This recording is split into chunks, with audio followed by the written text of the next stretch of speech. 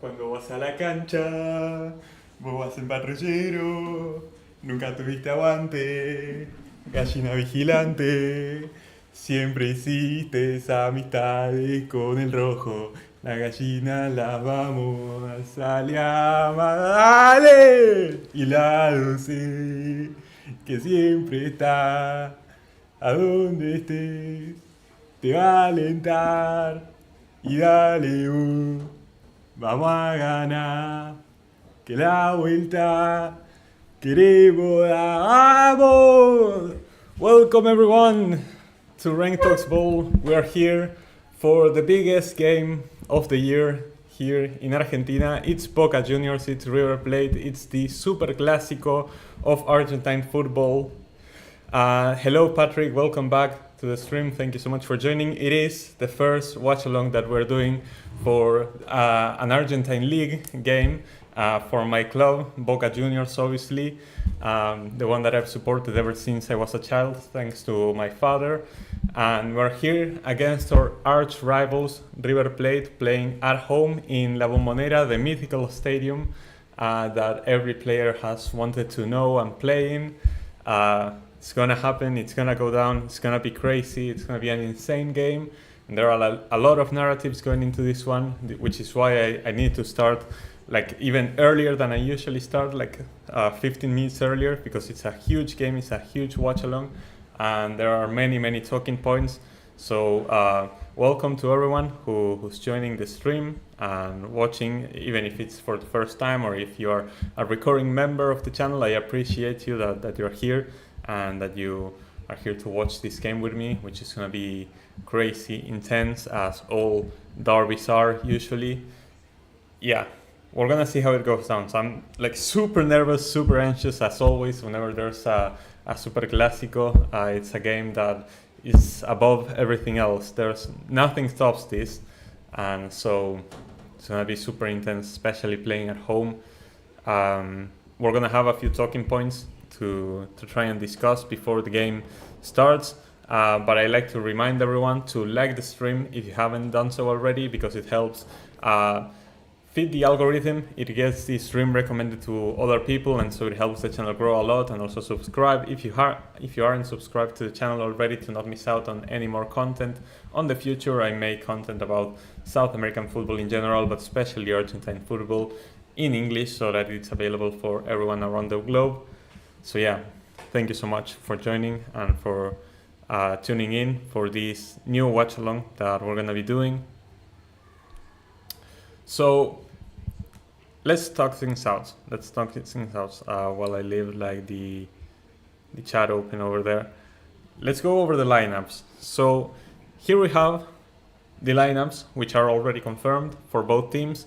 Boca Juniors setting up in a 4-4-2 formation, as we've been playing for a long time. We've been using a 4-4-2 ever since Diego Martinez, our new, ever since Diego Martinez has been the manager since the start of the year. This is like our bread and butter, the 4-4-2, with Sergio Romero in goal, the goalkeeper with the most appearances for the Argentina national team. You may remember him from the 2014 World Cup as well. From the 2014 World Cup, we also have Marcos Rojo there as the main center back, left center back in the back line, and his partner in crime is going to be Cristian Lema as the number 2.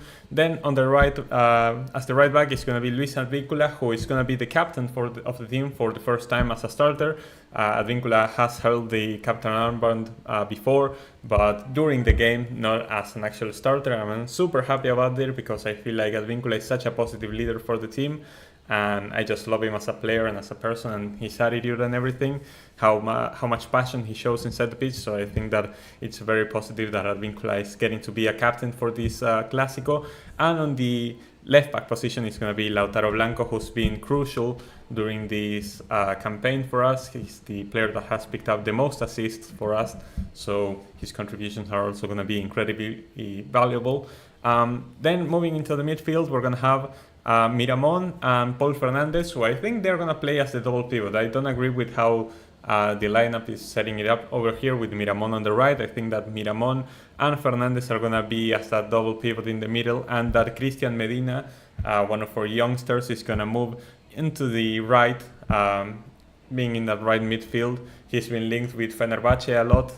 There were a lot of rumors about him going to Fenerbahce, either this transfer window or the next one. We'll see what happens with that. And then Kevin Zenon playing on that left midfield position. Both Medina and Zenon played in the Summer Olympics for Argentina, so you may remember them from that as well. And obviously the front two with the two Uruguayan strikers. Edinson Cavani, he needs no introduction, you know who he is.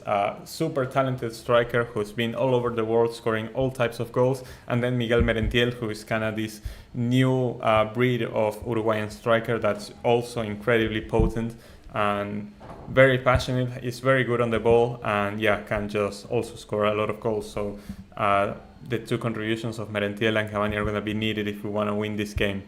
Going over to River Plate, they are going to set up in somewhat of a 3-4-1-2, like it says over here, with Franco Armani in goal, World Cup champion goalkeeper with the national team in Qatar 2022 as one of the substitutes.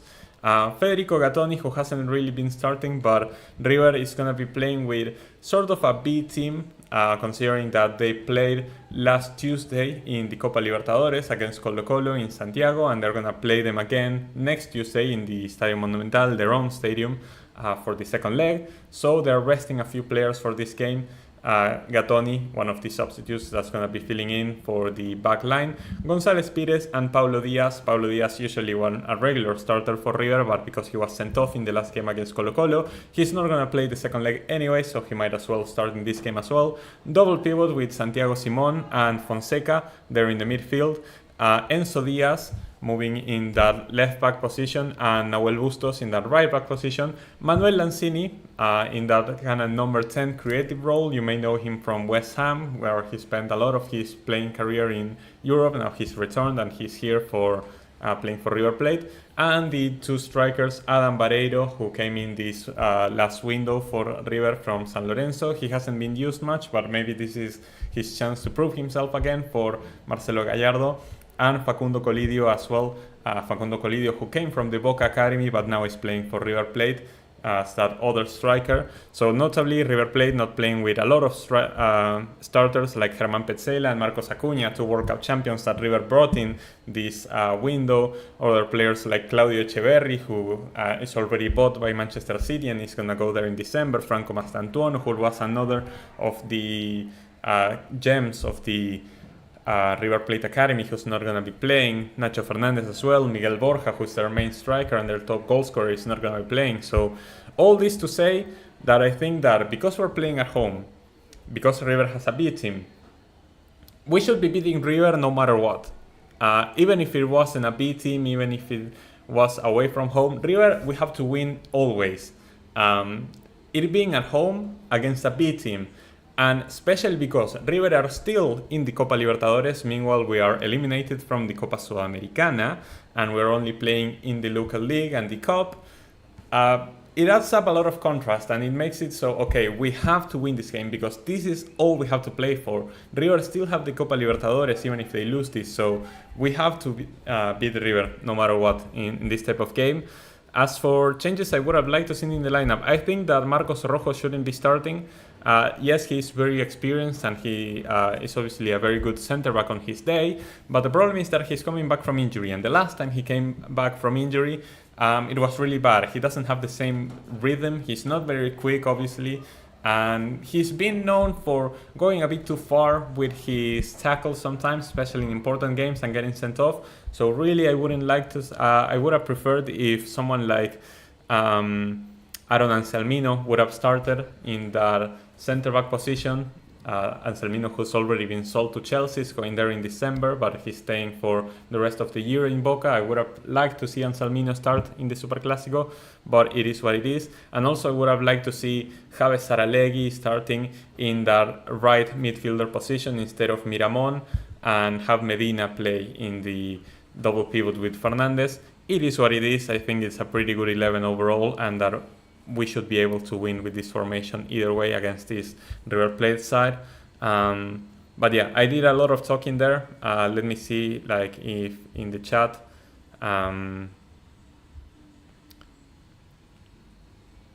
Okay, the chat looks a bit weird. So Patrick says he predicts 2-1 for Boca Juniors. All right, I hope that comes true, Patrick. Thank you so much for your prediction. I think I'm gonna say 1-0. I think we're gonna win 1-0, just to the bare minimum, because Boca, even though we're playing against a B team, we haven't really been convincing in any of our games, to be fair, in most recent times. So to me, it just feels like most games we're just gonna edge them out, and I feel like it could basically be the same with this one as well, where we just edge out a 1-0 win. I would obviously take that result. I just think that this would be a great chance to have a convincing performance against our rivals. I don't think it's gonna be the case, but the only thing that I care is that we win, in all honesty. That is the main factor in this.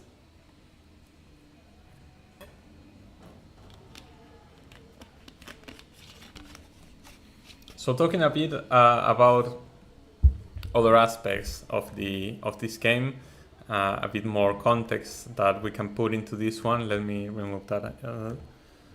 Is in which position the teams are in, because River and Boca arrive at this match day tied on points. Boca has 21 and River has 21. River has a slightly better goal difference, which is why they are higher up the table. They are sitting in 10th, while Boca are in 11th.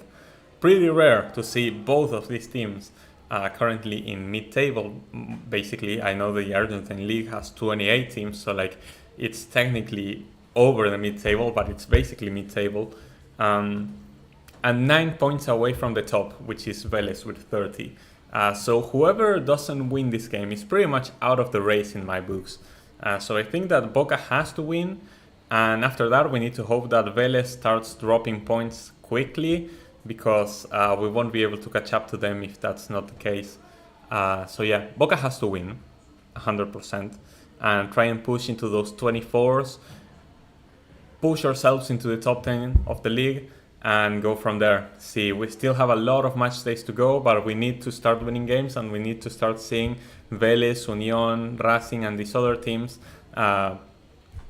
dropping points, because if not, it's going to be extremely difficult, obviously. In the last match day, we actually lost to Racing in their stadium. It was a very frustrating game that I feel like we could have easily won if we had been more intelligent and we had strategized better and we had been more clinical with our chances, but it wasn't meant to be, and they ended up beating us with a stupid goal from a set piece near the end, so I was super mad about that. Meanwhile, River are coming off of a very commanding win against Atlético Tucumán, who were looking like one of the favorites to win the league. Well, not one of the favorites, but they were like around the top of the league, so getting that big comfortable win at home was obviously really good for them. But besides that, River has been collecting a lot of draws. They haven't looked convincing themselves. So both teams coming into this one with a lot of doubts, and yeah, just we'll have to see what happens. Like, this context makes it so it's even more interesting, because whoever wins is gonna push itself ahead of the other and keep themselves alive in the race for the title, basically. And I think that we need to take this opportunity, because if we don't take it, it's gonna be very hard for us to win the league later down the line. So yeah, that's basically the rest of the context that I need to give for that one. Seems like not many people are around at the moment.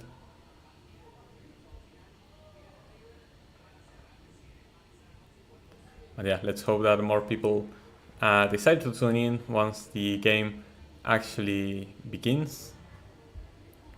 For now, we can continue to watch the preview of the game and speak about some other facts. If you have any questions in the chat, feel free to ask them and I'll try to answer them as best as I can. But yeah, we'll see what goes down.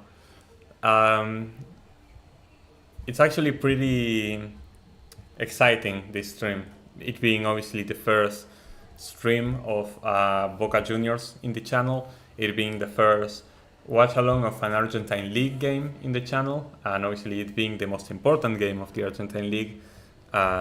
It makes everything super exciting, and yeah, I just hope that it catches on to the rest of people in the chat and in the footballing world, because doing watchalongs for Liverpool or for the Argentina national team are gonna get a lot more attention just because of the big names that are in it, and because people from around the world know those players a lot better than these ones. But I feel like the Argentine league deserves a lot of respect, and that's why I try to cover it.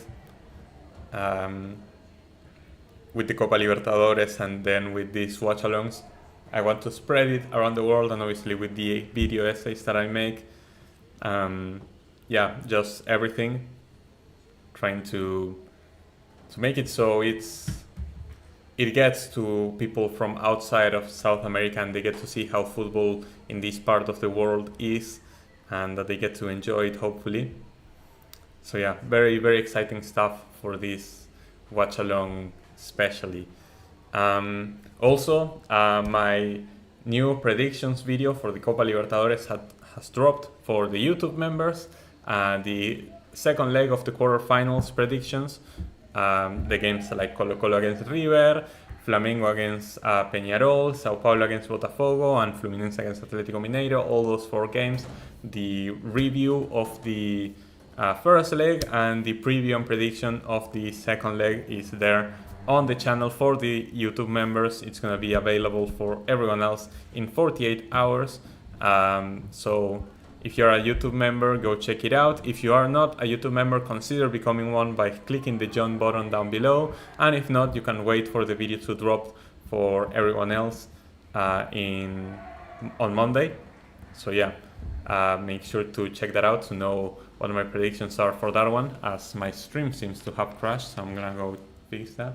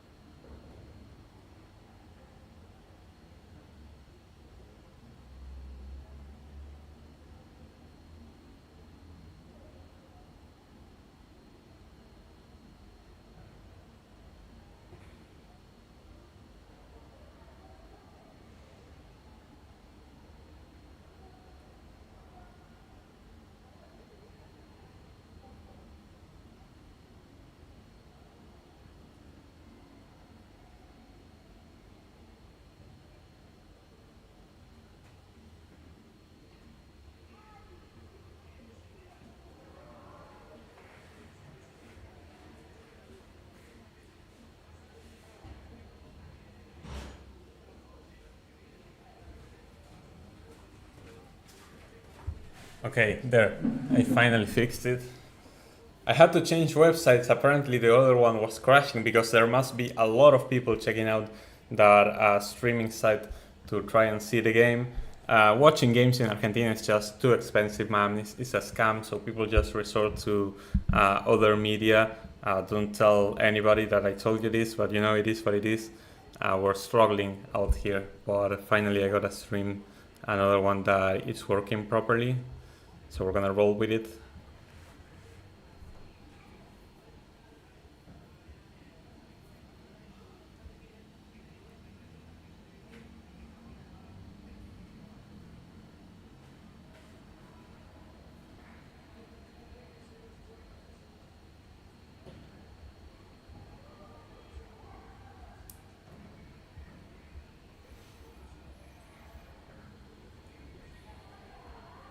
We're gonna see if more people end up joining in.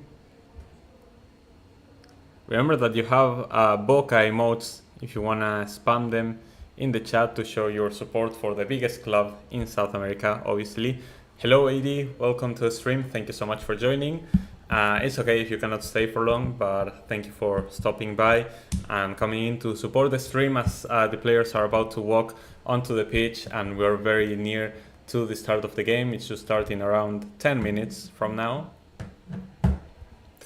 And yeah, super nervous and anxious about this one, but I feel like we have to win for everything that I've talked about before in the stream, because River are still in the Copa Libertadores, so because we are not in the Copa Sudamericana anymore, we're only playing for the Liga and the Cup, so this is all we have. We have to win this game. River still got the Libertadores, even if they lose this game, so we have to win it no matter what. We're playing at home, River is playing a B team, so we have no excuses. We have to win 110%, and yeah, no matter what, no matter the cost.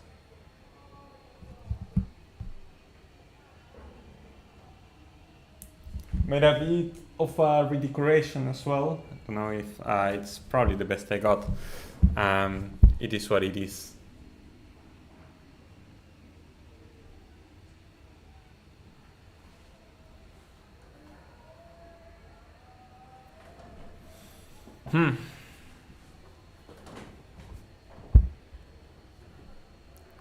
Let's see, how many likes are we on for the stream so far?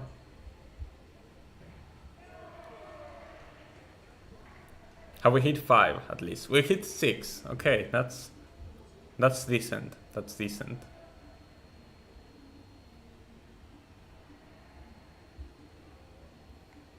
Hey, Kule, thank you so much for joining. We're here for the rank pack, yes.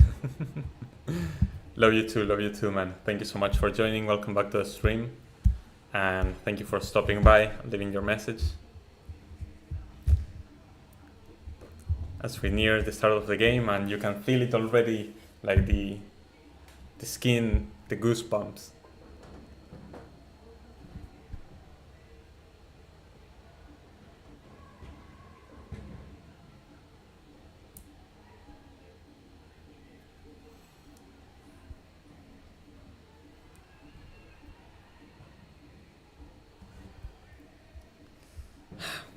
We have to win, bro. Like it's not even a question.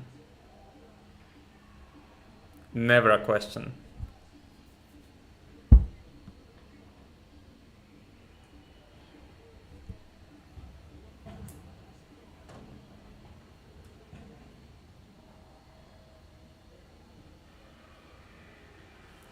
What the heck, my stream, bro?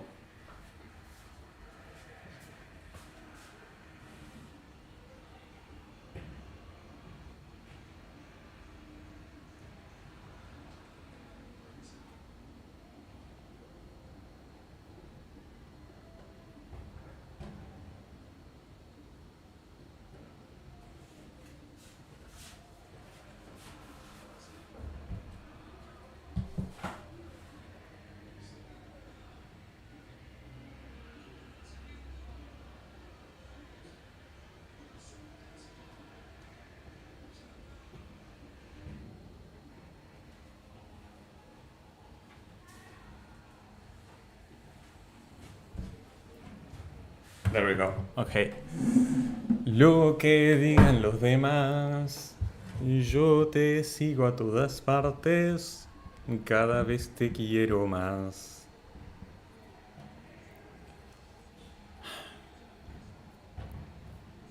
And the teams walk out on the pitch and it's a party in La Bombonera. It's an absolute madhouse. Flags, papers, giant flags. Actually, everywhere. Smoke. El único grande, the only big one. The only one who hasn't relegated.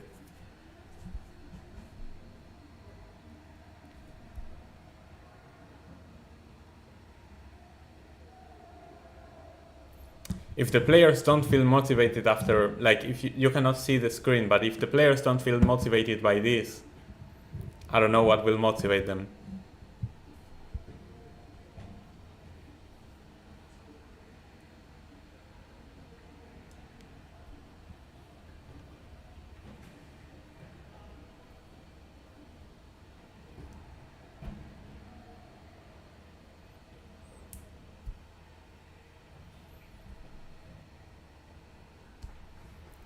Yo te sigo a todas partes, cada vez te quiero más.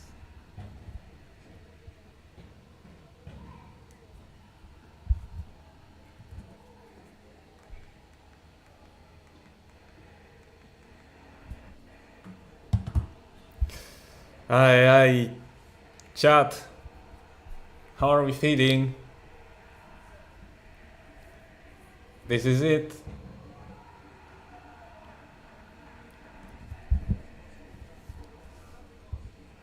One of the few games left in the year which Boca 110% has to win, of the important ones.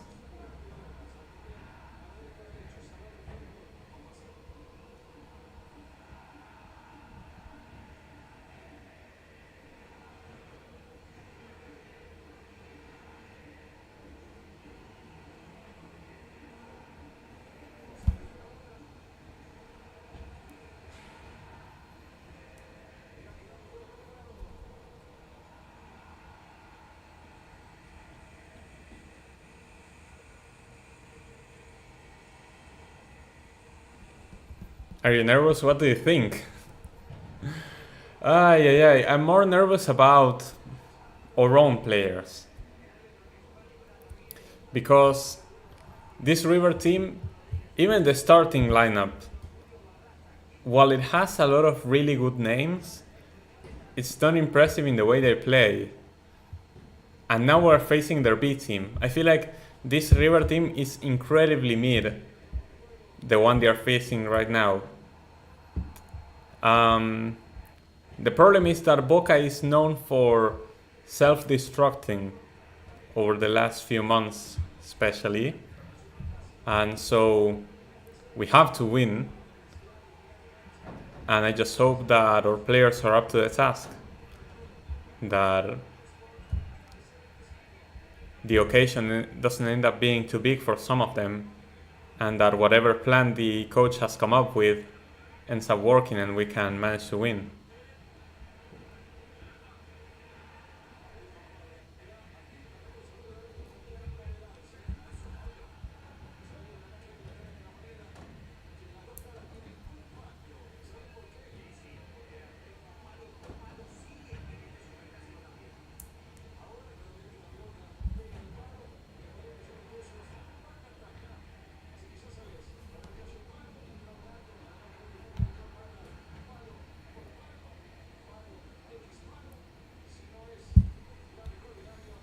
I need to take a walk, man. What the heck?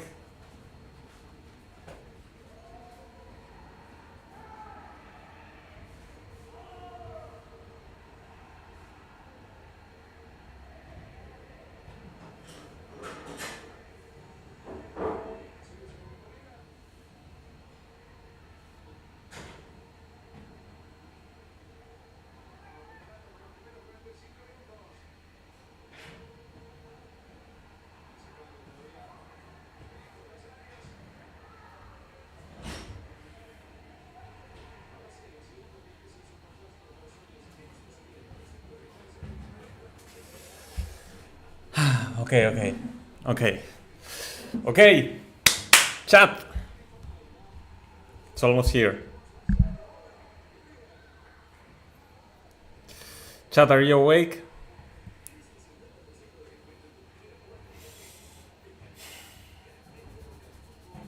Vamos. Remember that no spoilers are allowed in chat. If you see something happen in the game, you're not allowed to tell me until I see it. So wait for my reaction before mentioning anything that happens in the game. Thank you very much. Even then, I hope I don't get spoiled by someone who has a stream ahead of me and just shouts like in one of the near buildings or apartments or whatever. Hoping that doesn't happen as well. Hoping I'm ahead of everyone else, at least around here, which I don't think it's gonna be the case, but it is what it is.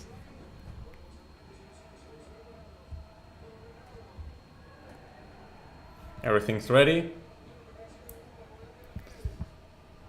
Okay, ref. I've heard very bad things about this ref, by the way. I'm not excited to see the performance of the ref.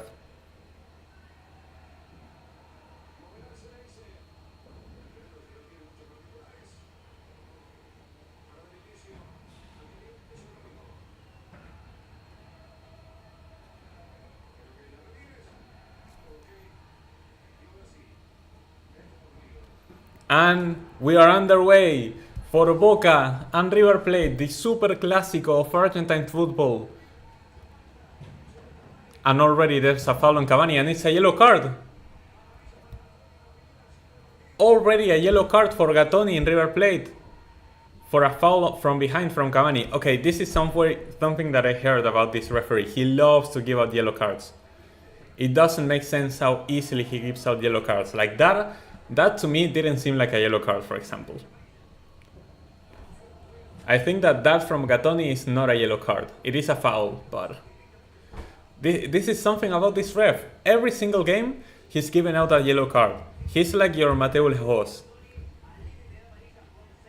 He's given a yellow card every single game in the league that he's refereed.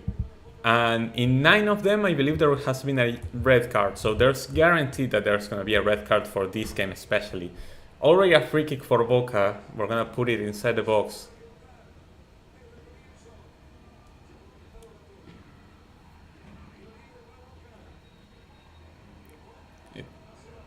Zenon with the cross. Oh! Ay, man! Marcos Rojo almost getting a touch on that one. After a great cross from Zenon. Apparently, yeah, Rojo was offside. Yeah, he was offside. So even if it had gone in, it would have been ruled out. But yeah, Rojo so incredibly close to pushing it in on that one. Getting a touch off the ball after the cross from Zenon. Good chance for Boca early on, before River has even gotten a chance to touch the ball, as now Armani decides to kick it long. But yeah, Gattoni having a yellow card already is massive. We're gonna have to try and expose him and see if we can get him sent off, especially knowing how this ref behaves. And I think that we're gonna have to keep our cool and not commit many fouls ourselves, because if that's how easily he's gonna give out yellow cards, it's not gonna help our chances. Definitely, we need to end the game with 11 players on the pitch. Is all I'm asking for, because I know that in important games we tend to get stupid red cards from just incompetence. Zenon gonna put in another cross. Merentiel cannot catch the ball, but now he's gonna receive it on the right and he's gonna commit a foul. So that's gonna be a free kick for River Plate.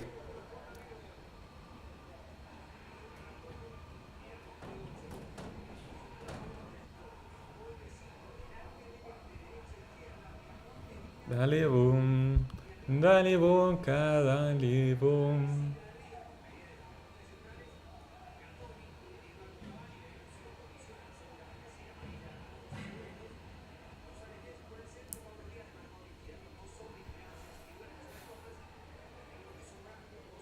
Okay, River playing down the left side, but that was Miramon making a good...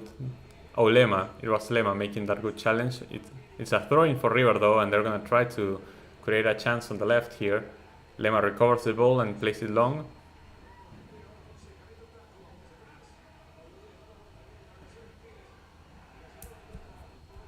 Let's see. River now building again from the back.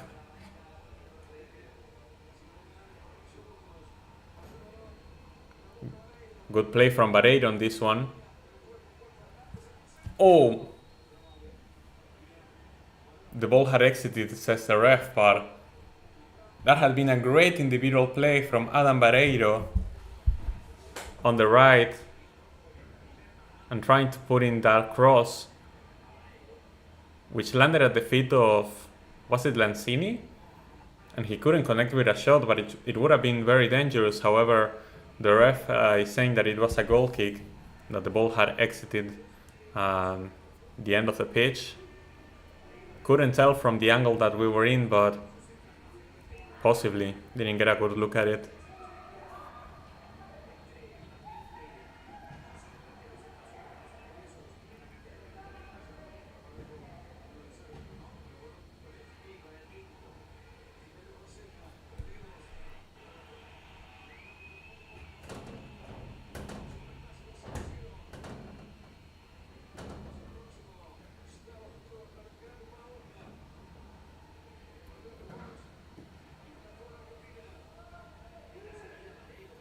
Okay, throwing for Boca here. So we had like two approaches, one from each team already. And I wouldn't really call it chances because they would have both been disallowed if they had gone in, but yeah, already both teams showing what their intention is. Although Boca is going to have to do better in terms of playing the ball through the midfield. I know that River playing with that back five in a way is going to allow us to have more space in the midfield, and we should actually utilize that, but River seem to be the ones who are more comfortable in the midfield at the moment, and that worries me. We're just trying to clear the ball away, and we should be able to recover it in the midfield given that we have a double pivot. Like, okay, bad pass from Paulo Diaz, I believe, and that's going to be a throw-in for Boca. Blanco down the left. Let's see if he's going to put in a cross. Blanco goes all the way and puts in a cross. Clear the way, and it's going to be a corner. Corner for us. We'll have to see, because usually we haven't really been that great on set pieces, but we need to make the most out of this one. Zenon is going to take it. Cavani is already inside of the box.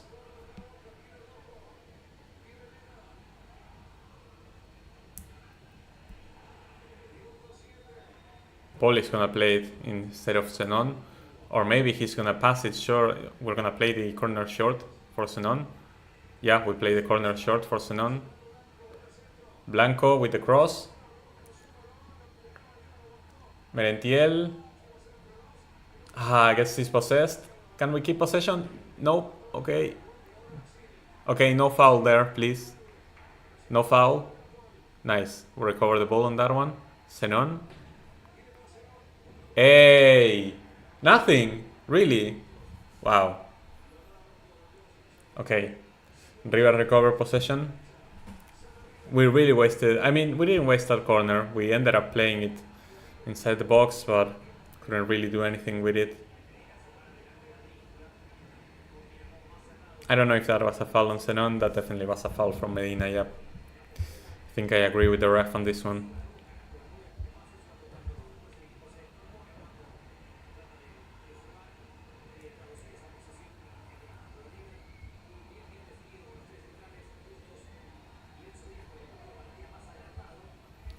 Dale, que tenemos que ganar.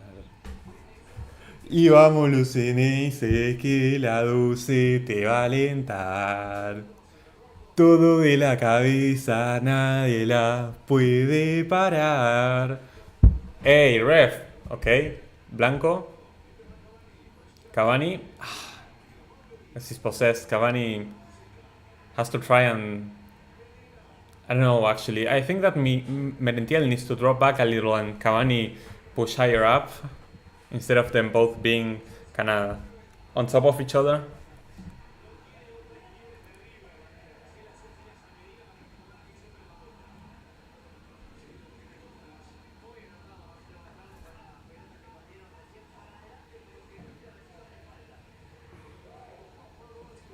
Luns, thank you so much for joining. Welcome to the stream.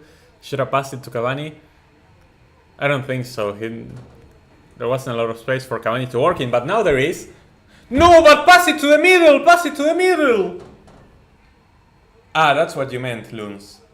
Luns, remember that you don't have to spoil in the chat? I think that's what you meant, right? I think Merentiel was offside either way, but... Yeah, why did he try to shoot? Merentiel 100% should have passed it to Cavani there, all along in the middle. Anyway, but Luns, you're not allowed to spoil in the chat, by the way. Like that's... Yeah, I know, but that's why I have like this huge ass sign here.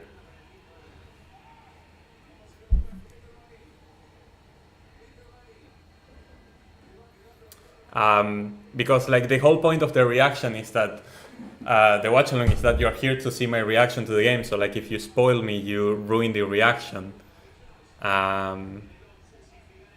So yeah, like there's no point in typing, like I'm gonna see it eventually.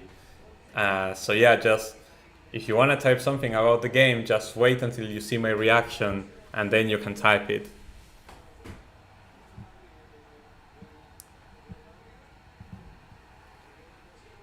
Throwing for River, the game obviously is always heated, but already getting even more heated. How are they breaking through our midfield that easily, man?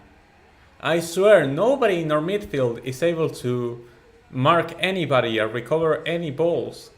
It doesn't make sense how easily they break through, they just run past us. I hate how invisible, or like we have a double pivot, we have 4 midfielders and still the midfield looks invisible, it does nothing of the ball. And on the ball it's not like it's much better either because we always attack down our wings anyway, so like what's the point of having 4 midfielders if the 4 of them are gonna do nothing?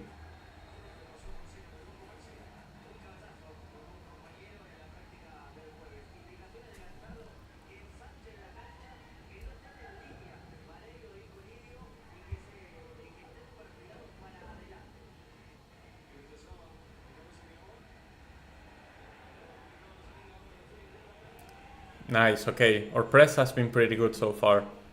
River are making mistakes playing out from the back. That's what we like to see.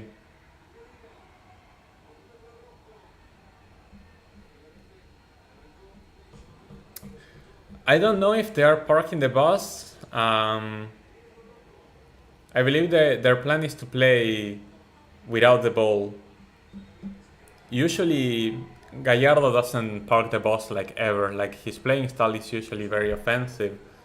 But in this game, it's clear that River is going to be the one who's much more happy about the draw. And River can potentially hurt us on the counter-attack with how our midfield is. And there they go, like Colidio is going to play it. Enzo Diaz, he slipped, luckily. Fonseca with the shot gets blocked by a defender, thank God on that one. But that's exactly what they're going to do. They're going to recover the ball in the midfield and they're going to hit on on transition, and it's going to be very dangerous for us. Wow, Fonseca had scored a great goal there, but the ref had already blown his whistle.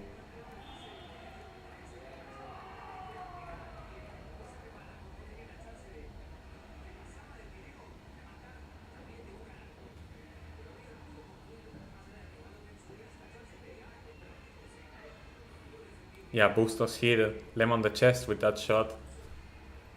And after that the ref blew his whistle, and so the rebound didn't count.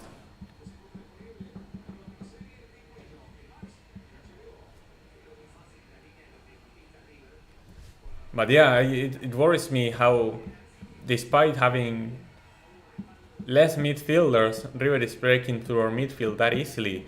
We are losing the midfield battle while having the numbers advantage, which doesn't make sense. Romero. Romero is very good at shot stopping. He's so bad with his feet. I don't know why we have it distributing the ball. He always makes a wrong pass. He just tossed it outside the pitch. I don't know what was that. Like, why are we trying to play out from the back with a goalkeeper that doesn't know how to play with his feet? It doesn't make sense.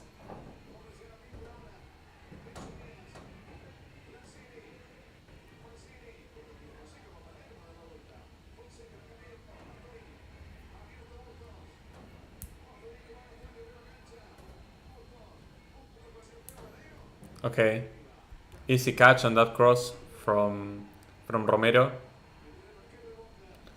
But again, we have barely created any chances.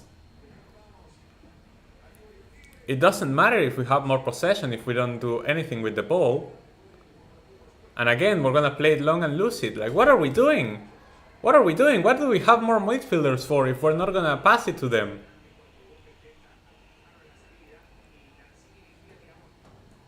Why do we look so clueless? It's so frustrating. There we go again, just playing it long. Trying to hope that it sticks, but no, we lose it again. When are we gonna learn?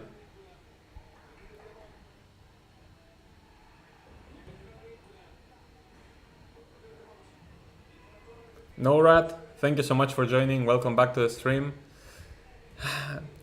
There is a Superclásico every week. What do you mean? This is only the third one of the year.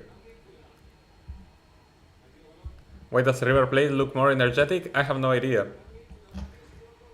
Like, they're playing a B team, so like these are not the players that played midweek against Colo-Colo. So like it's not like these players are also well rested from River, but here they come again.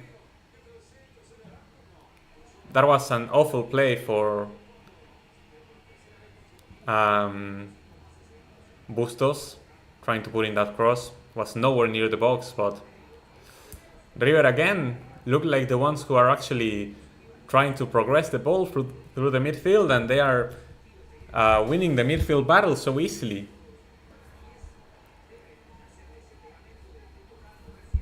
Come on, the fans need to wake up as well. The fans need to wake up so the team wakes up. This is our house, our home. We need to win here. We need to let them know where they're playing.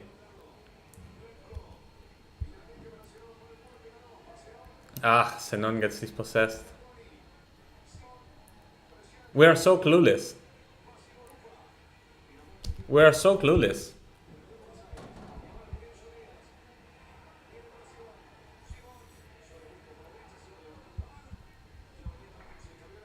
Martinez needs to make adaptations ASAP. I don't think substitutes, but just something, some indication to the players that something needs to change.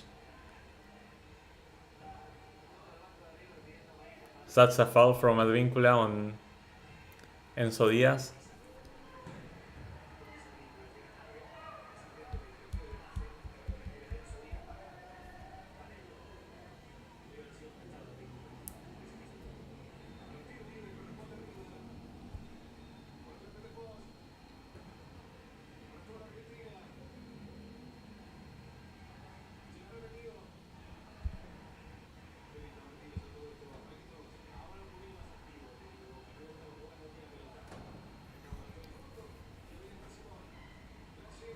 Again, River on the midfield, and we're always late to the ball. We're always late.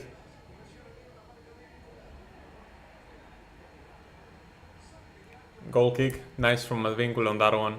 Winning that defensive duel. It's gonna be a goal kick.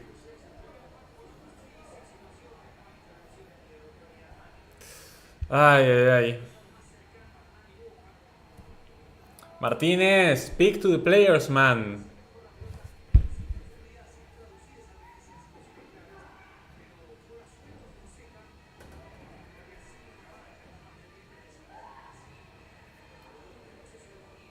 Porque esta hinchada quiere salir campeón de nuevo. Desde chiquito tengo a alentar y me persigue la policía. And River again recovered the ball in the midfield. What are we doing, man? Pass it! Pass it quick!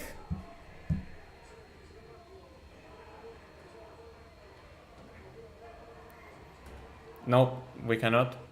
Okay.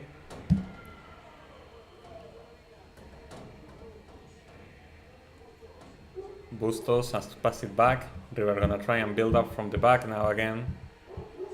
Gonna try to press. Armani plays it long. There's a lot of space behind our back line, I swear. Colidio. Nice save, Romero!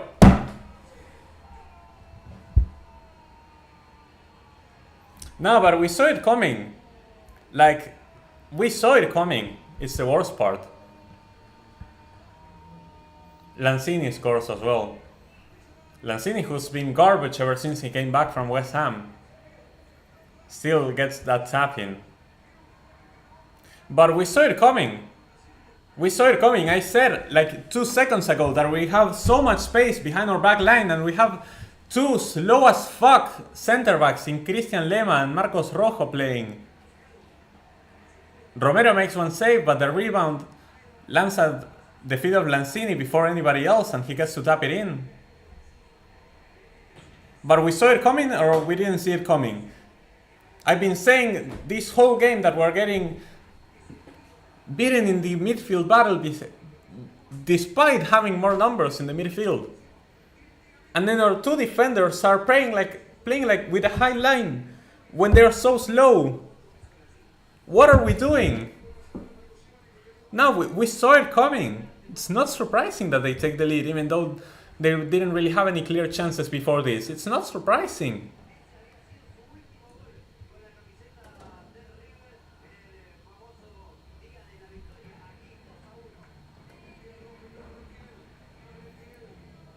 Okay, Merentiel now down the right. Let's see what we can do. Advíncula. Are we gonna wake up, actually? No? Okay. Que esta hinchada está loca. Hoy no podemos perder. Movete, Boca, movete. Movete, deja de joder. Que esta hinchada está loca.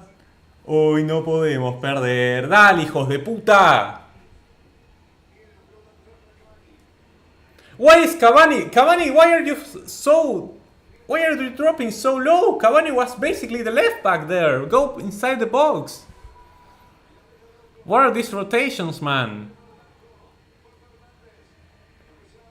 That's a foul. That's not a foul, actually, because that's just Paul Fernandes and he drops like a leaflet whenever he gets pressed.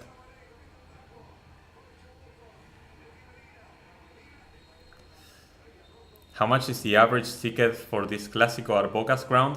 If you're not, if you go to like the resale, they may charge you as much as like $250 or something. Which to an European it might not be that bad, but it's a lot of money for a football game. If you are a member in Boca, it may cost you like something like from $60 to $130 or something. But obviously that skyrockets once you go into the resale and second-hand stuff. Okay, we have a throw-in. Nah, but man, I'm just so frustrated with how we've been playing. And I understand that the people are pissed. Yeah, you're from Europe and that is still expensive, yeah.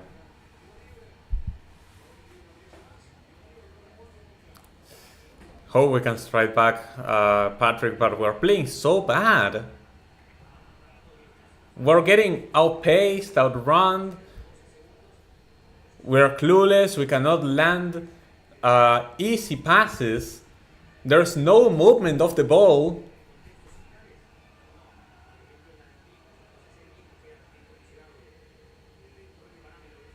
Cavani, no need to play a back heel in midfield.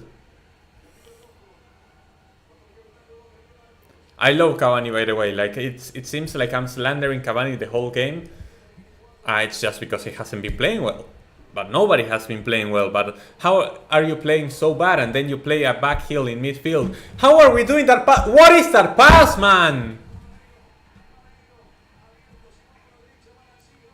Simon, pass it down the middle. We clear it away and it's going to be a corner for River, I believe. It's going to be a throw-in in the end. But again, River having a dangerous opportunity because we lose the ball, making a stupid pass. Like, what are we doing?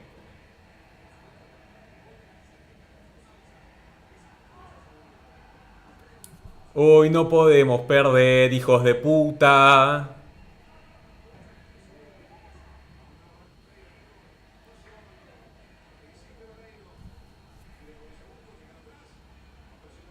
Yeah, I know I can expect better from Cavani, but it's mostly just down to like read the room. Like you're playing like shit, you're losing. Don't attempt a back heel in midfield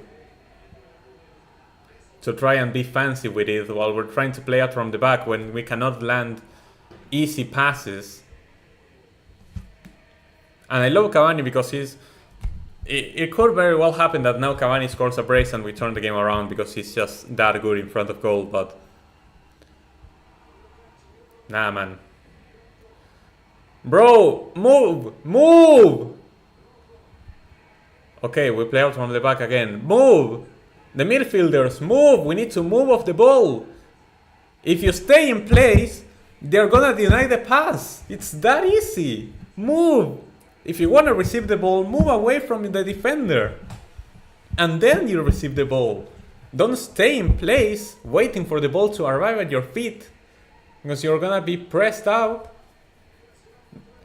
dispossessed, and we're gonna be in a lot of trouble. Zenon is playing on the right now, but Blanco is gonna put in another cross. It's cleared away, and it's gonna be a corner. Fonseca clearing that one away. We have a corner. Let's see if with the set pieces we can override how shit we're playing.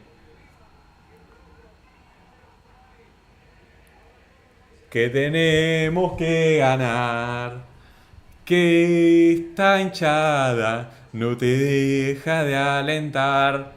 Zenon gonna put in this cross now. Let's see it. Zenon with the cross. Cleared away, a rebound. Pass back to Zenon, another cross. No. Blanco, offside.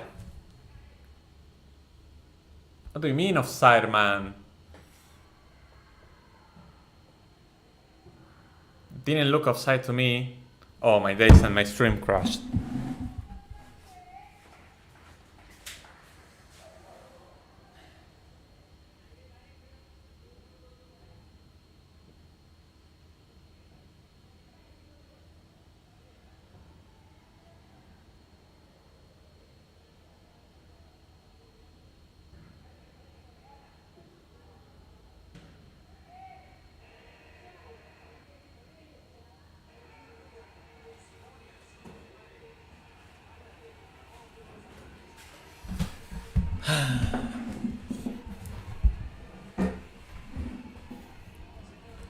I fell behind even more.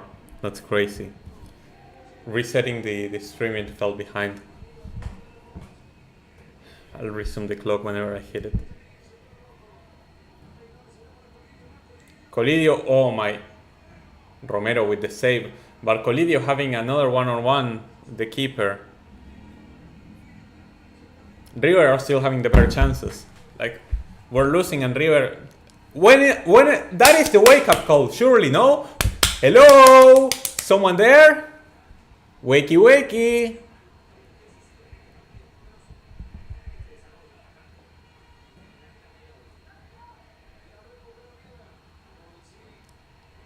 Okay, a bit of a scramble in the midfield, that one is. Great challenge. Come on. Blanco on the left again. Is it another cross? Of course it is. Nope, doesn't reach its target. It's gonna be a throw-in for us. At least we've amped up the intensity now, it seems. That was a bit of the wake-up call, and that's gonna be a corner for us. Fonseca conceding another corner.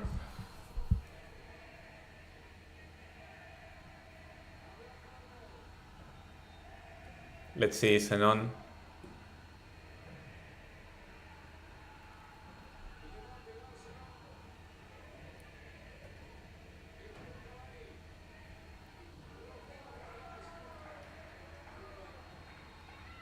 Zenon with the cross.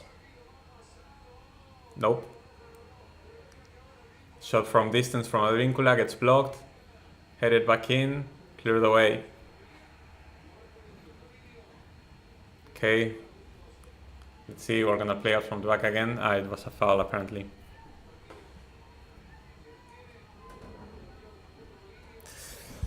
I'm just so mad, bro. What are we doing? Yeah, that's definitely a foul from Rojo. That is a typical Rojo move. Just commit that foul for no reason.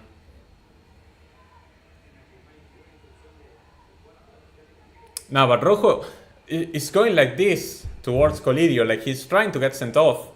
He was lucky that the ref didn't see it. It could have easily been a yellow, but if you go like this, you're trying to get sent off. Rojo is so stupid, I don't know why he's starting.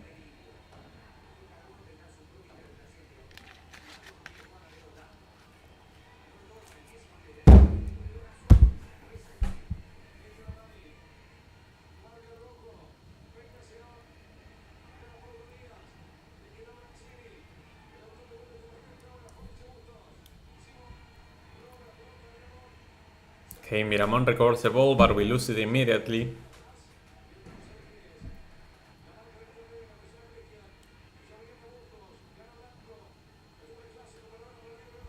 Cavani again dropping so low for that one. And makes a shit pass too.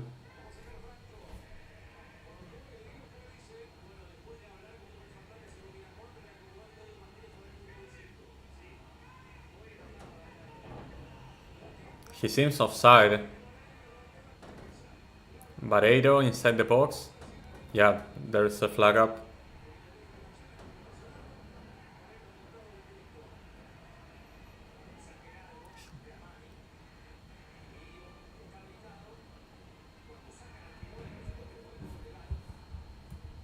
That's crazy that Colidio had that one-on-one.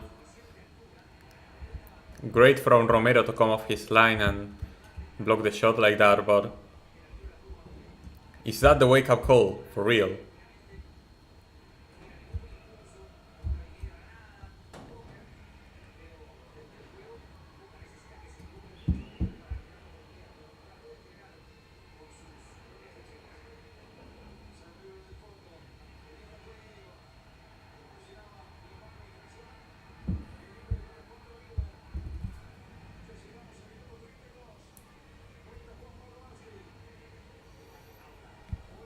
That's gonna be a free kick for River.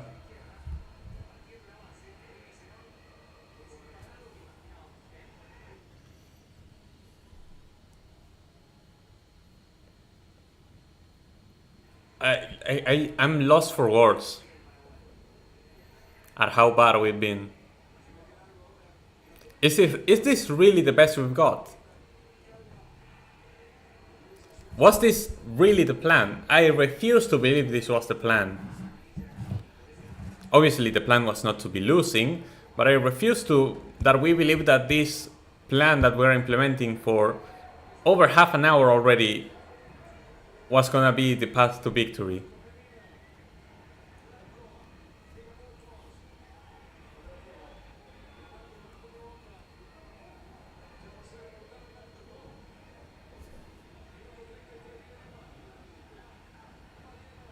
Lema pushing up the pitch. Gonna open it for Advíncula. Advíncula tries to escape. No foul, says the ref. I don't know what we're trying to do. I honestly don't know what we're trying to do. Trying to go into individual duels that we keep on losing every single time.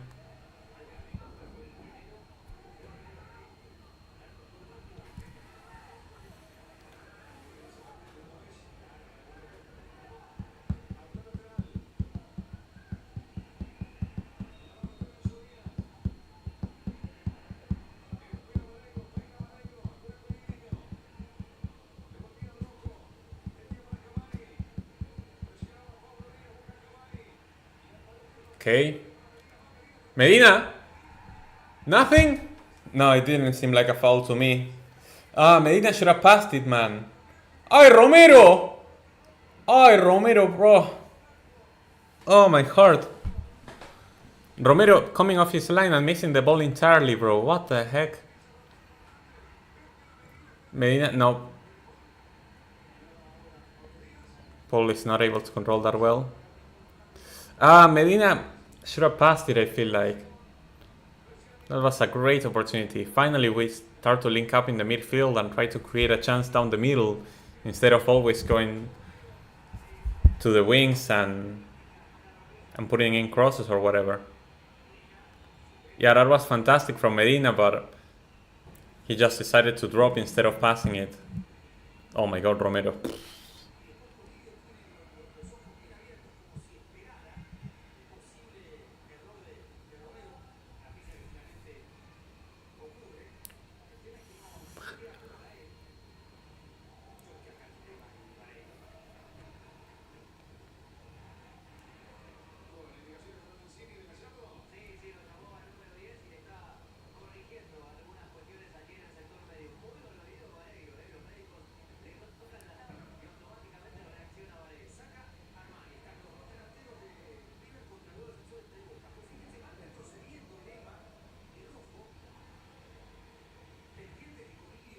What a stupid goal. What a stupid goal conceded. The more I watch it, the more I hate it.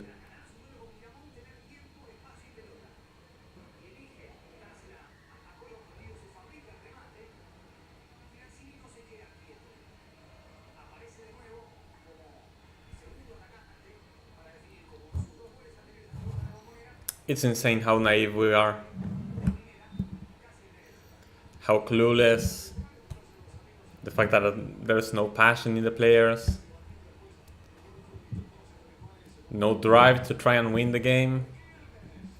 No movement of the ball, no plan, no tactic.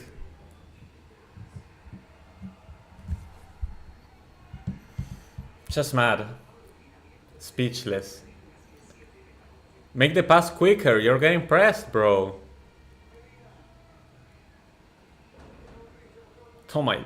Jesus Christ, what am I watching? Move! When you don't have the ball, it doesn't mean that you're not playing the game.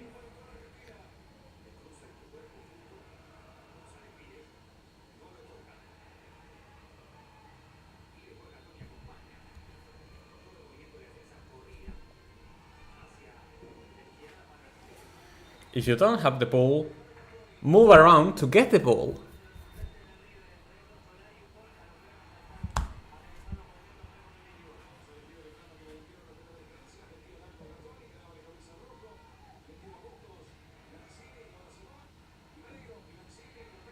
Nah, River linking up so well past our midfield. It doesn't make sense. We do recover the ball now.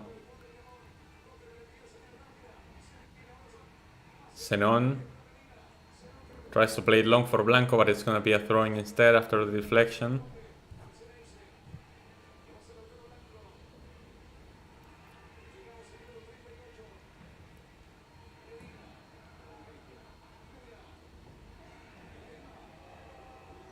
Lema pushing up.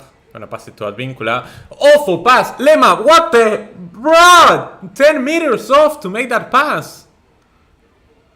10 meters, your partner all alone, wide open, and you miss it. Bro, you play football your entire life twice a week. Like, what are you doing?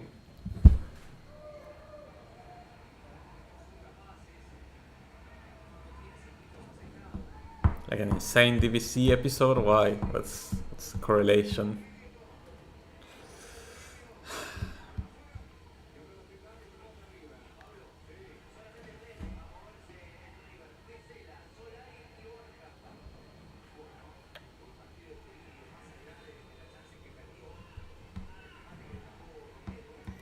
Martinez, are you gonna speak to the players, man? Stop looking at the pitch and start talking, man.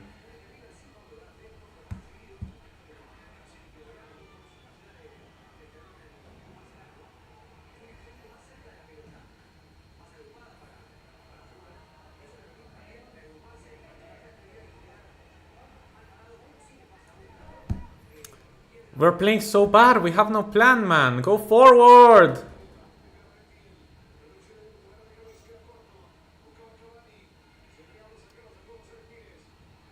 Miramon, nope. Not gonna work.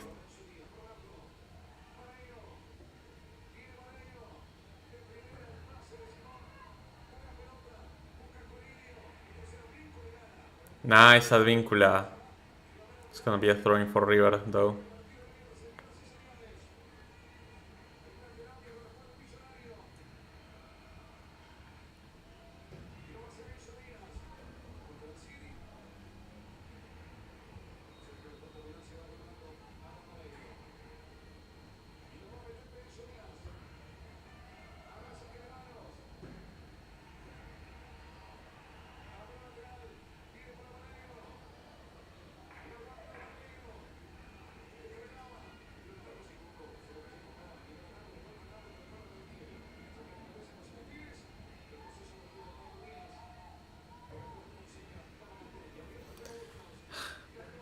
Sorry that I'm not speaking much over the last few minutes. I'm just speechless. I don't know what else to say that I haven't been saying.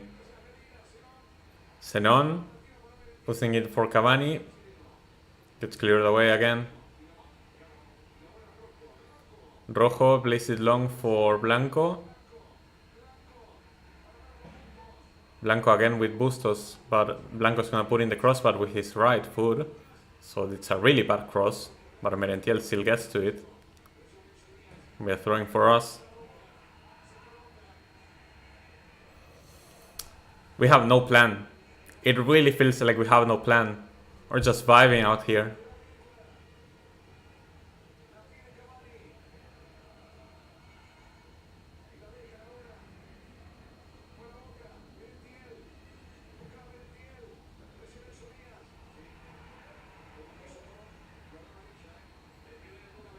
That's a yellow card for Merentiel for that foul, yep.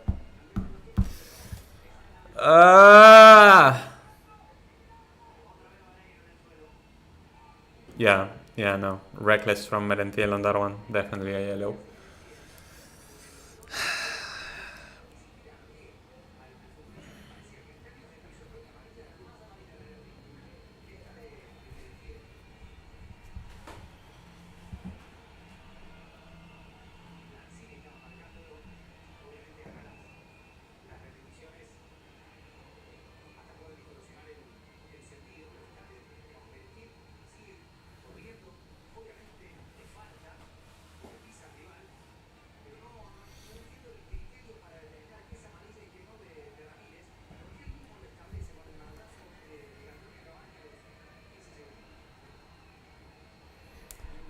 River obviously gonna squeeze out every single second they can out of this free kick. Just hope that the fans try to wake the team up, man, because it's...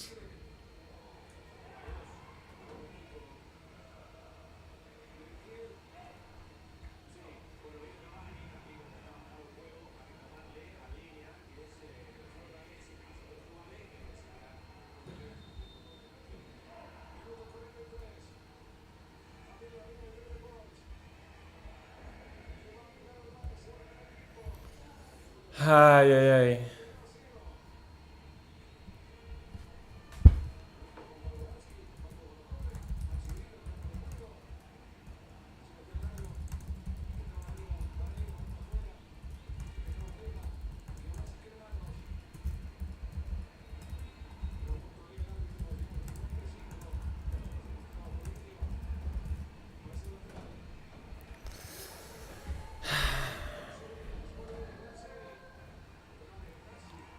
That's gonna be a free kick for River as well.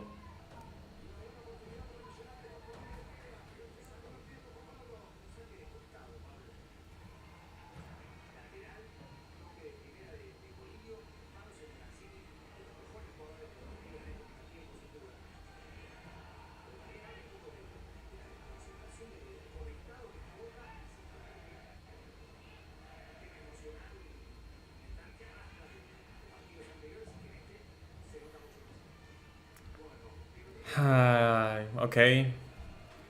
Lanzini gonna put in this cross inside the box.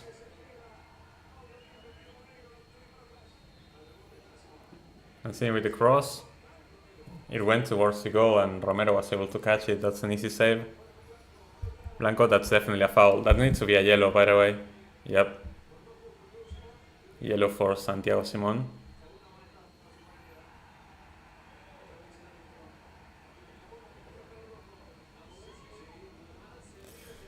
Big up, Albert. Thank you so much for joining. Welcome to a stream. You catch me at a bit of a low time. It's not only that we're losing, it's just how bad we've been playing. The fact that we're losing the midfield battle while having more midfielders, that we have no movement of the ball, that we have no plan, or we're just playing long balls and passing it to the sides, trying to get our fullbacks to put in crosses or whatever, while they have to play up against two defenders, that there's no passion at all. The midfield is invisible and we're conceding chances again. If it wasn't because that interception from Rojo, that was an easy goal. That was 2-0 right there and there. That was a great play from River once again. We're getting cooked. Like, we're not getting dominated, but River look just a lot more cohesive than we do, and they actually manage to create chances when they have the ball and we do nothing with it. We are so inconsistent, we lose possession so easily whenever we get pressed, and We're missing so many passes. Again attempting a long ball to nobody, to nobody. What are we trying this for? Again with the long balls. Again. We put in like 12 or 13 long balls this first half. And they reached to no one. Nobody's there to receive it. What are we doing?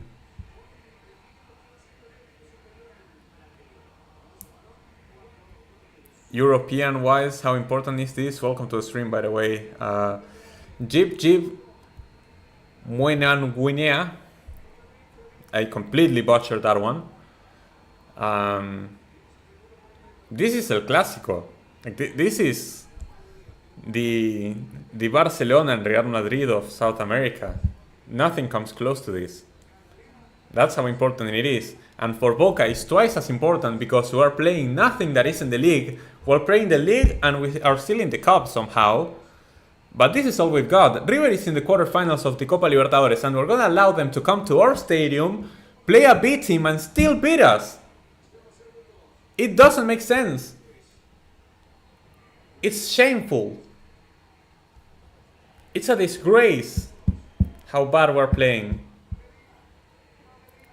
Nice play from Medina now. Finally a breakthrough in the midfield. That pass was never getting there. That's going to be a foul. Cavani's asking for a yellow, but it's going to be a free kick instead. Cavani's not finished. Like, Cavani has been really good in 2024 especially. This game he really hasn't shown up. Does the winner today have an advantage? Well, obviously, they win. It's a derby. They are higher up the table. They have bragging rights. Like, obviously, they have an advantage. Would you consider Julian Alvarez a River Plate legend? No. He did win a bunch of trophies, but it's not like he had, except for the last league, he didn't really have huge contributions to the set trophies. And, well, he's going to be a really well-remembered player to come out from their academy, and maybe he can become a legend if he comes back to River and wins again later down in his career, but for now, no. Dedito, manito, un desastre, sí. A ver, déjame ver qué hacemos con este tiro libre. So not with the cross, again, too short.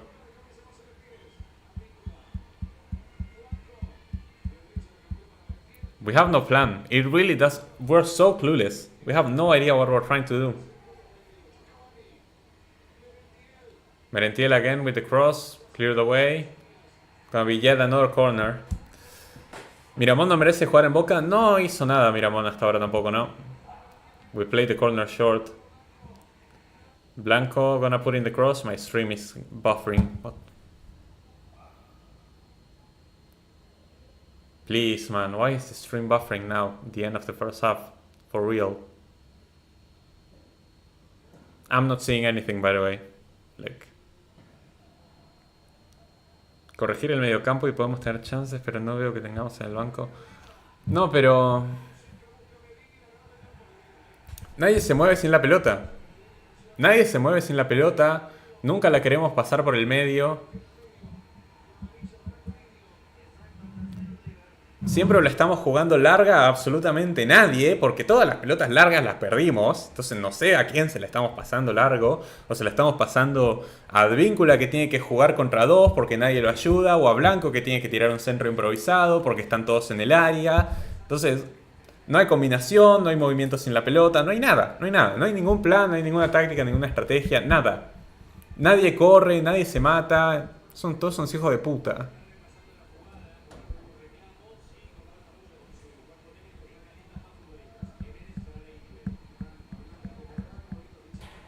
Yeah, no, obviously the winner has an advantage, Jip, and obviously I'm going to take it seriously. It's like the derby. It's the game that you have to win, especially at home.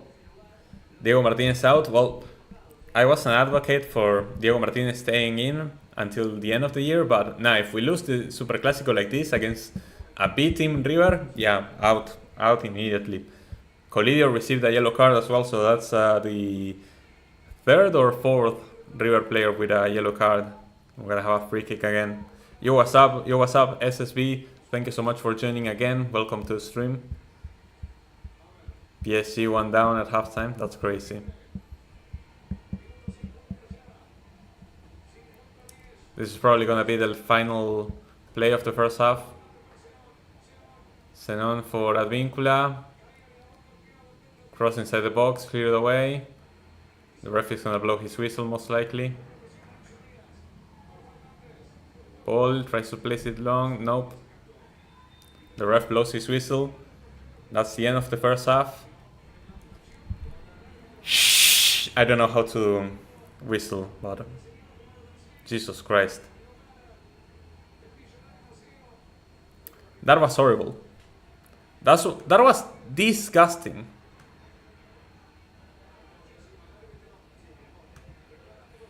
I don't know what the players are complaining about, by the way. You need to... the score actually was fine before. But maybe I would like to move it a bit further up.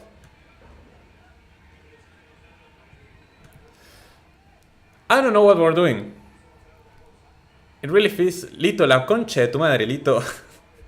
Anda a cagar, te amo. Gracias por pasarte, loquito. Somos una mierda, viejo. La puta que los parió. ¿Cómo te hacen renegar? Me van a enfermar, viejo. I don't know what we're doing. It really feels like we have no plan. No intensity. No movement of the ball. No tactics. No nothing. Nothing. Horrible. Horrible in all areas. Everything that you can describe as horrible is terrible.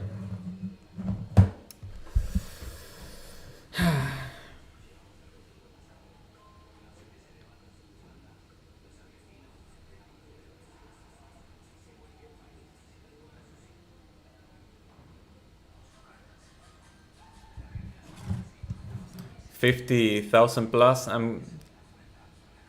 I'm guessing you mean like spectators in a Bundesliga 2 game. Yeah, many teams in South America get that type of audience. Remember Nyangolan? He now plays for an Indonesian club that is owned by the police. That's crazy. Oh, I think I saw a video about it, like a spot they made for him. That's crazy. And yeah, Patrick, we're gonna be here for that.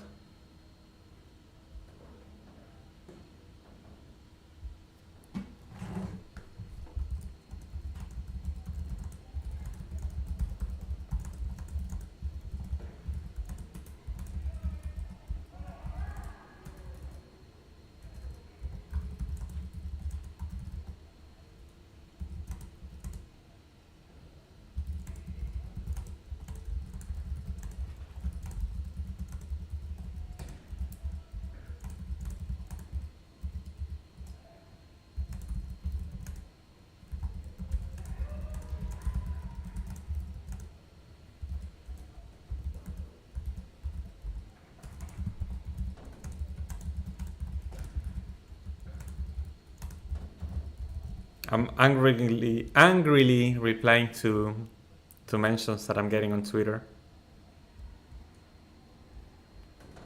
So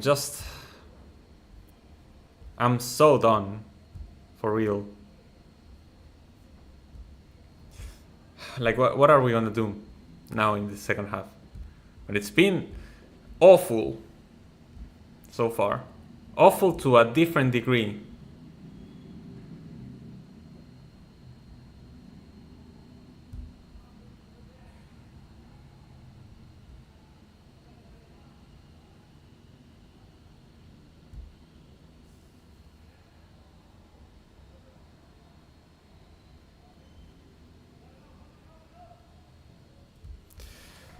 Everything has been bad this first half.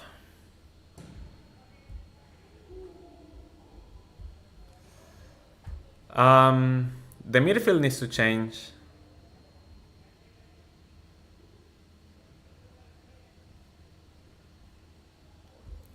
The midfield is the main problem for sure. We need Saralegui. Saralegui needs to come off the bench 100%.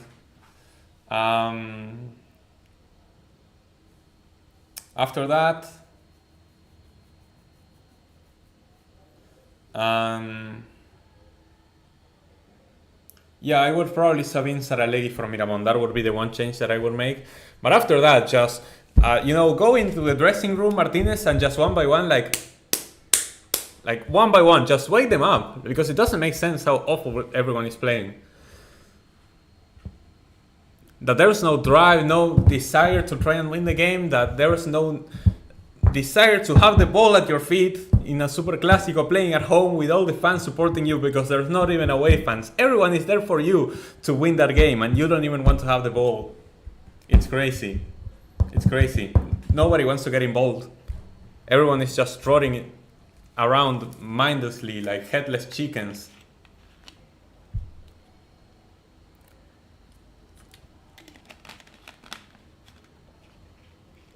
I don't know what to say. Only negatives on that first half. Nothing to redeem.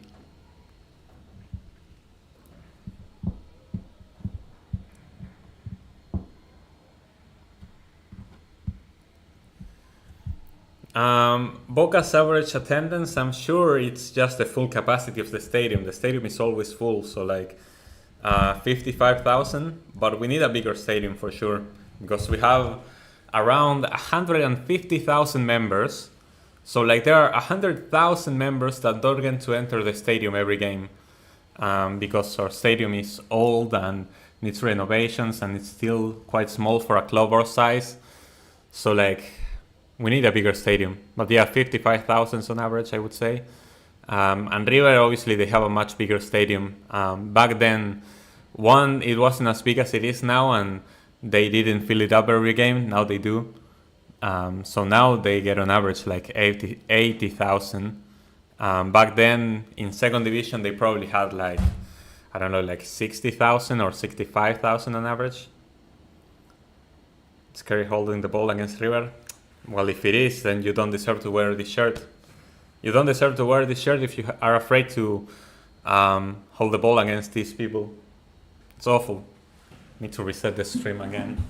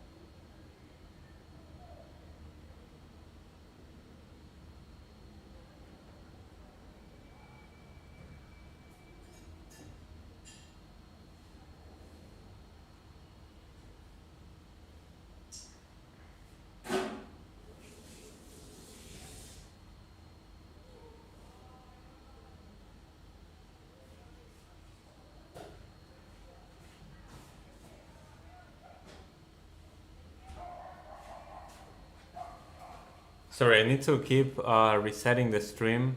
I'll answer the comments in a bit because like it's really lagging at the moment.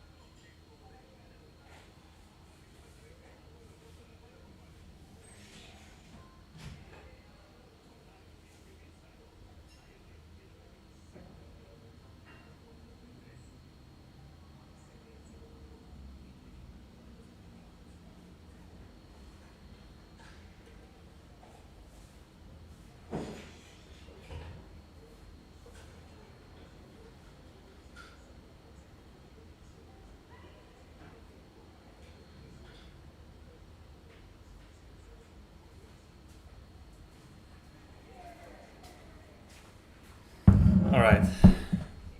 Let's see. Can you not lend a stadium from Brazil? I heard they get lots spare from the World Cup. Is one not? No.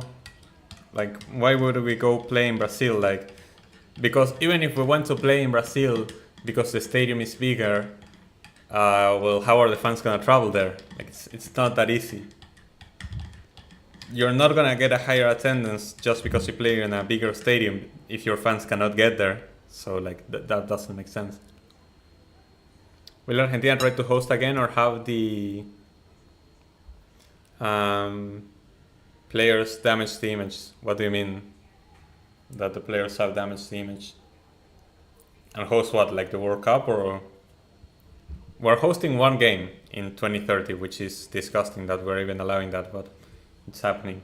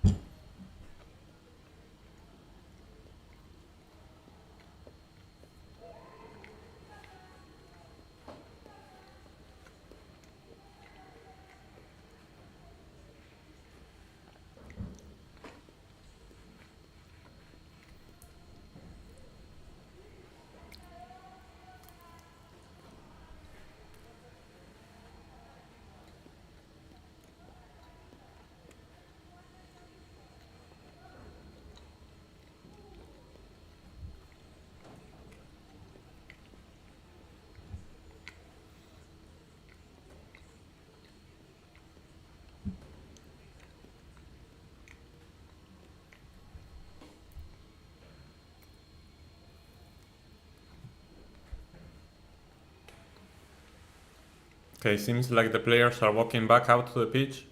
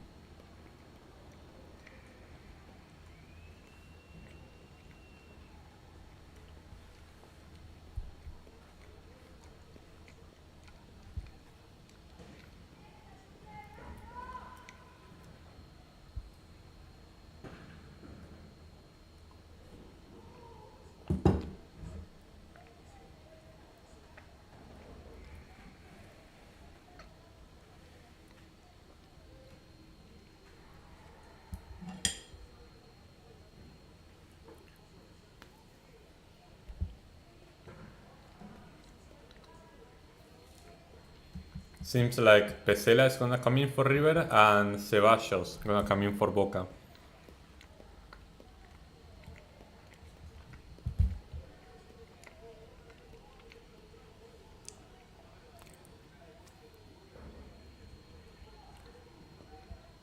I imagine that Pesela is gonna come in for Gattoni, who had a yellow card.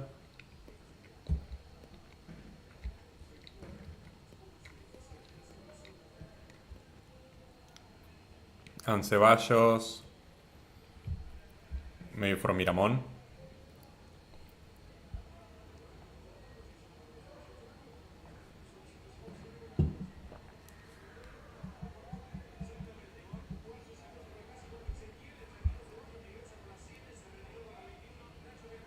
Yep, Miramon was subbed out for Ceballos.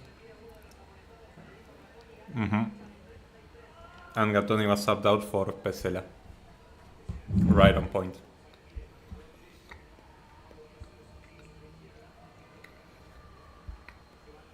Alright chat, second half about to begin.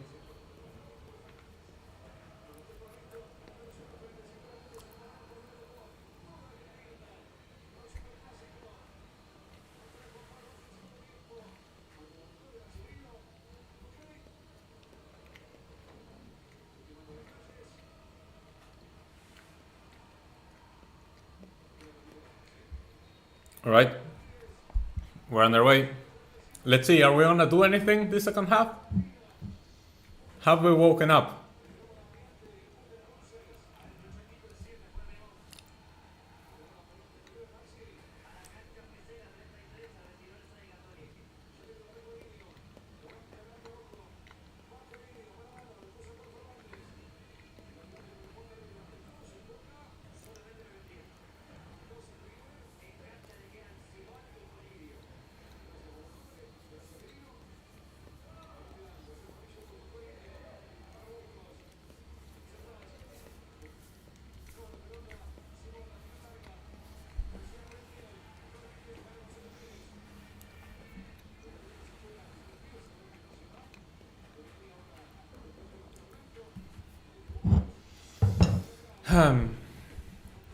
Ok, dale Boca, dale.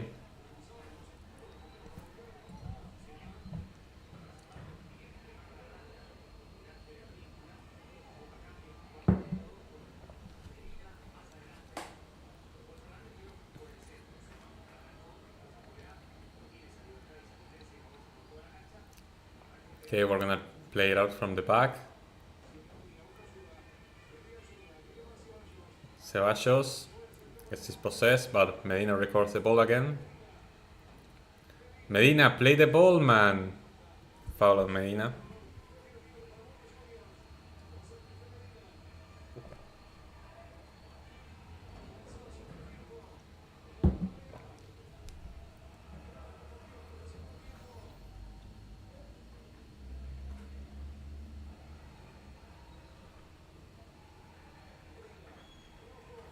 Just played short, yep.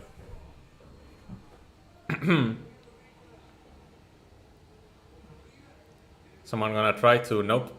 But someone is gonna try to move in the midfield to receive the ball from Medina there. Like Medina has to cut inside and try to go for a long pass that's gonna get to no one. Barreiro, not a foul from Advíncula, nope.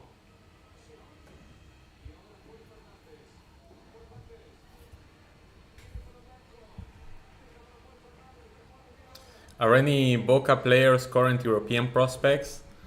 Do you mean like players that came from the Boca Academy that are in Europe? Well, the one that's most recently gone there is Alan Varela in Porto, as well as Valentin Barco, who first moved to Brighton and now he's at Sevilla. If you go back further, you could look at Nahuel Molina or Leandro Paredes. Matteo Retegui, the striker for Atalanta and the Italian national team, was a Boca Academy player. And we have sold already Aaron Anselmino to Chelsea, and he's on the bench currently, and he's gonna go to Chelsea on January.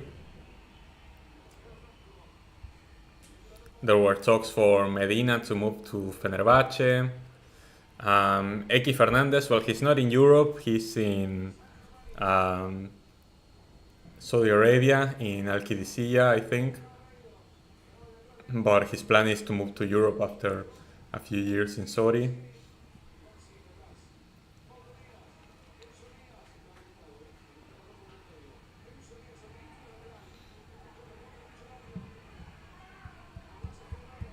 Wasn't McAllister a Boca player first? I remember him back in FIFA. No, he came from the Argentinos Juniors Academy. And then, yes, he made a move to Boca. He was here throughout 2019. But no, he did not come from the Boca Academy. He played here a year, and then he moved back to Brighton.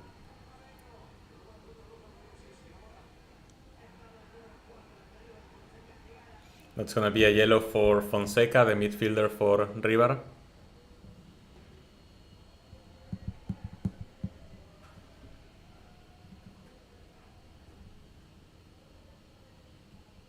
My stream is buffering again. That's definitely a yellow after that heavy challenge on Zenon for sure.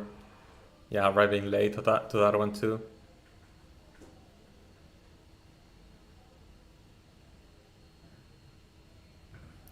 The stream is buffering again. Ay.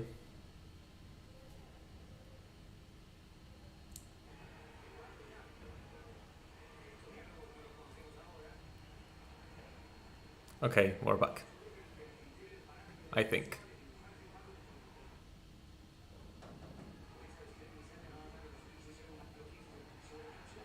Again, we get dispossessed in the midfield, and here come River in the counter-attack. Lanzini keeps going.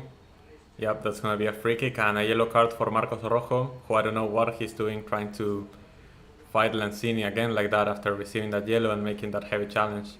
Rojo is so stupid, man. I don't understand it. I don't understand how a player like this is considered an important player for Boca. Nah, like what is he doing actually?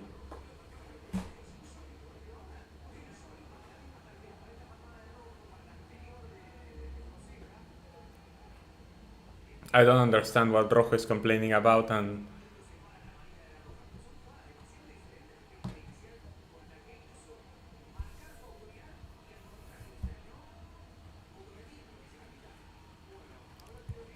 awful challenge from Rojo.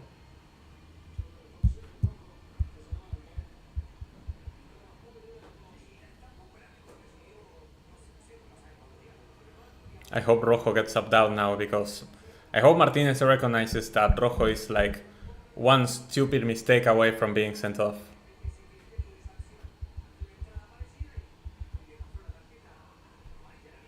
In recent memory, does this Clásico end up in low scoring wins? Yeah.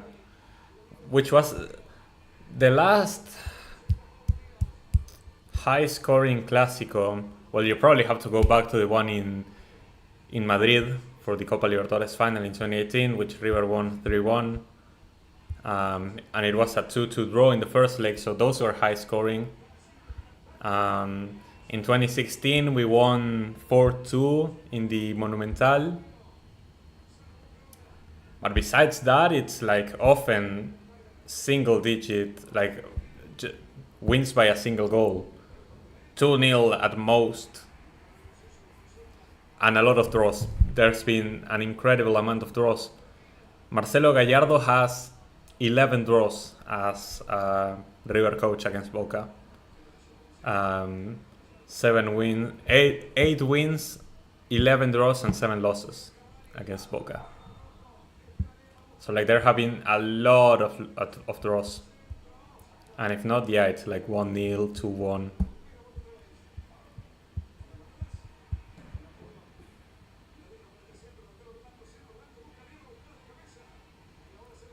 That cross is never getting to anybody, and River are able to clear the way pretty easily.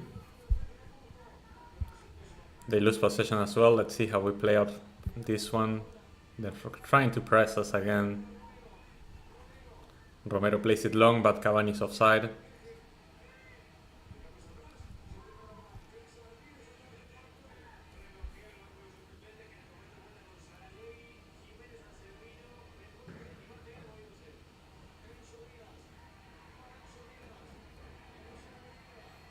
Medina. Apparently that's a foul to the ref.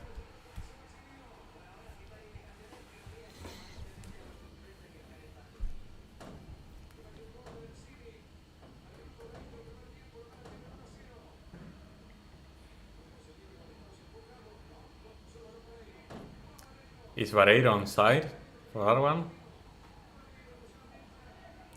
Advíncula trying to push him off the pitch apparently. That's gonna be a throw-in for River.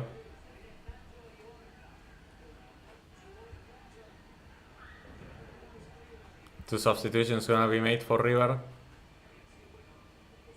Nacho Fernandez and Borja apparently about to get subbed in.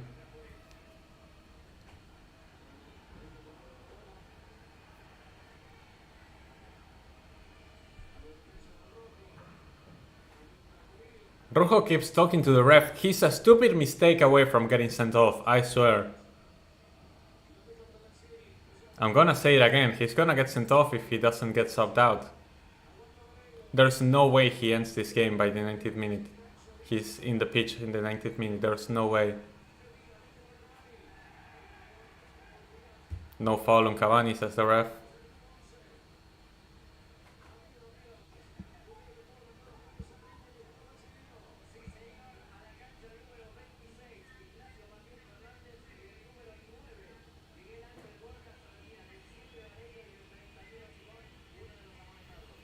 Adam Vareiro being subbed out for Miguel Borja, striker for striker, and Santiago Simón subbed out for Nacho Fernandez, making a bit of a change in the midfield as well with that one, especially because Simón was on a yellow. So obviously smart adaptations from Gallardo and playing a few more starters to try and seal out the game.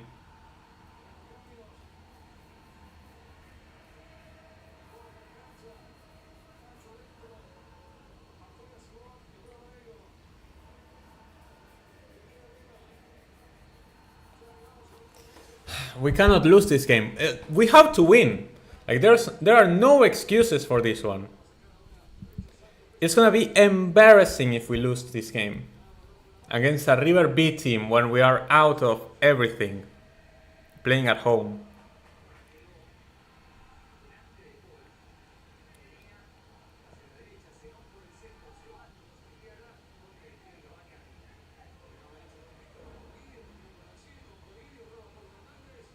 Okay, we recover the ball on that one. We lose the ball again easily. Advíncula. That's gonna be a yellow for Advíncula. Nope. Apparently nothing happens as the ref. Merentiel gonna play it long for Cavani. Ay, Ceballos! Is he going to trade from distance? My stream is buffering! Zenon missed the target.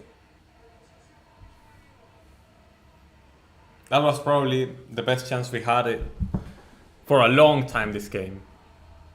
Yeah, Ceballos was onside, but Armani was there first, and then Zenon tried from distance, but it was very, very wide.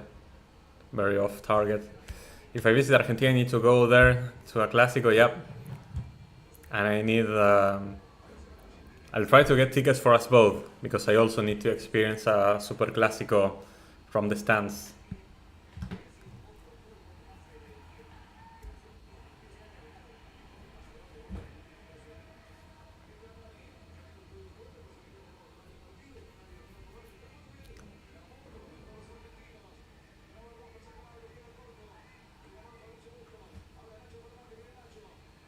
Fernandez down the right, guess he's possessed.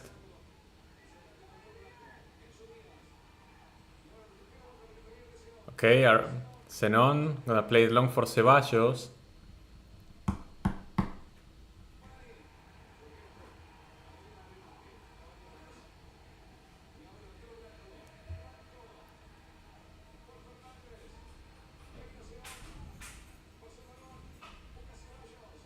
Ceballos on the left tries to beat his man. Isn't that a foul? No foul? Okay. Wow. That's gonna be a throw-in for River then.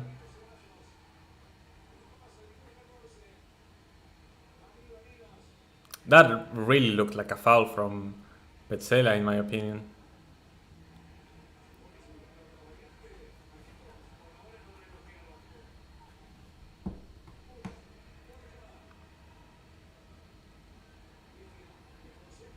Okay. Cavani.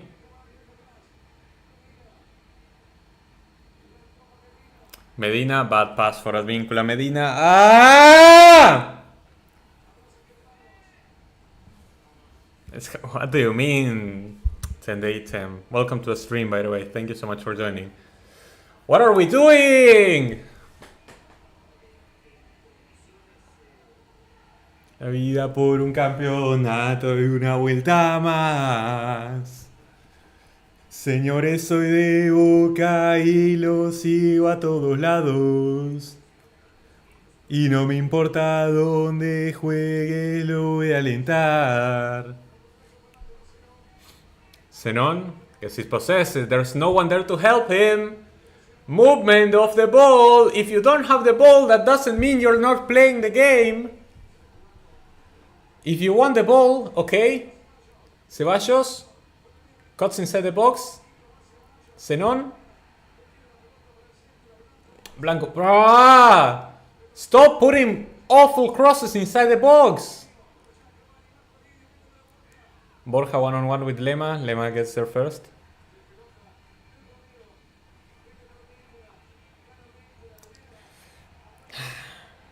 Chad is enjoying my pain at the moment.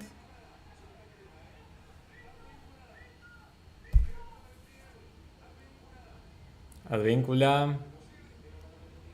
Merentiel slips. Isn't that a foul? That's a free kick. That's a free kick. That's a good free kick too. Good free kick too.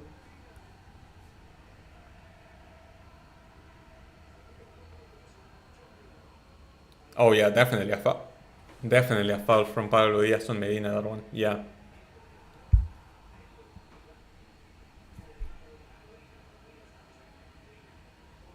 Yeah, I really don't find the amusement in baseball personally. The only American sport that I like is basketball.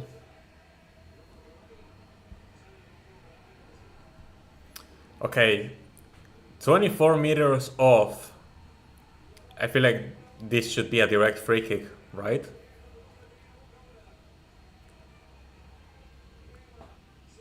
Just try for the sake of it.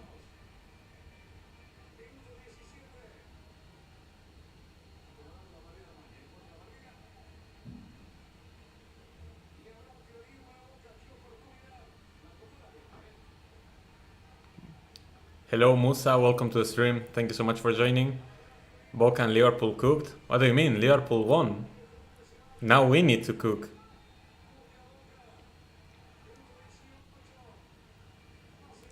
Zenon? Ah! Saved by Armani.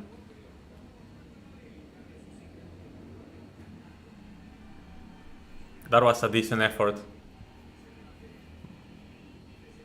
But Armani was too quick to that one and just manages to catch it.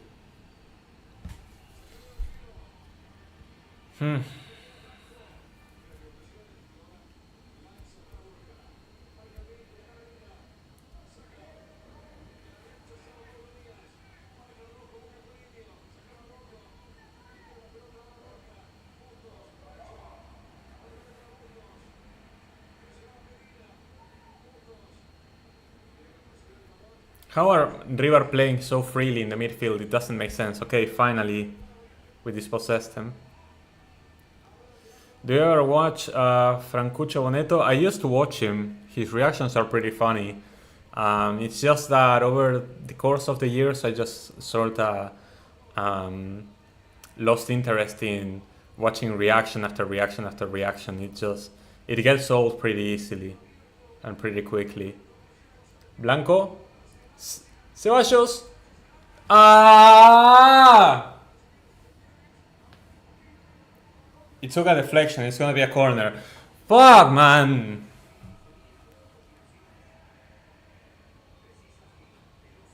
It's gonna be a corner for us. That was a great opportunity. Finally, Ceballos is getting more involved in the attack, and I like that. We're finally trying to create a few chances down the middle, but Zenon linking up. Is Cavani is getting subbed out. Well, okay, that was an awful game from Cavani. Milton Jimenez getting subbed in, the top goal scorer of the league. So, swapping strikers, Cavani dropping a stinker in the Superclásico today. Let's see if Jimenez can do something. He gets cleared away in the final minute. Not the final minute, like... You get what I mean. We actually won the header after the corner, but got cleared away. Ranked top 5 midfielders in the world right now. I still think KDB is the best midfielder in the world.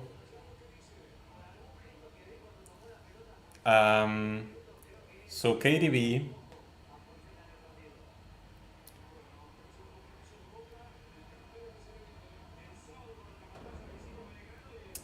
Who's number 2? Can I be incredibly biased and say McAllister? You know what is my list? So it's gonna be KDB, McAllister, Rodri, Valverde,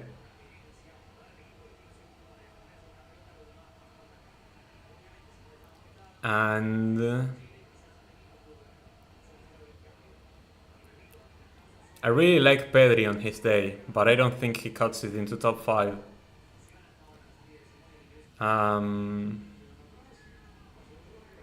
Whenever he plays, I love how Camavinga plays. I don't know. Will be something along those lines. Can't watch the match. Can you summarize what's going on?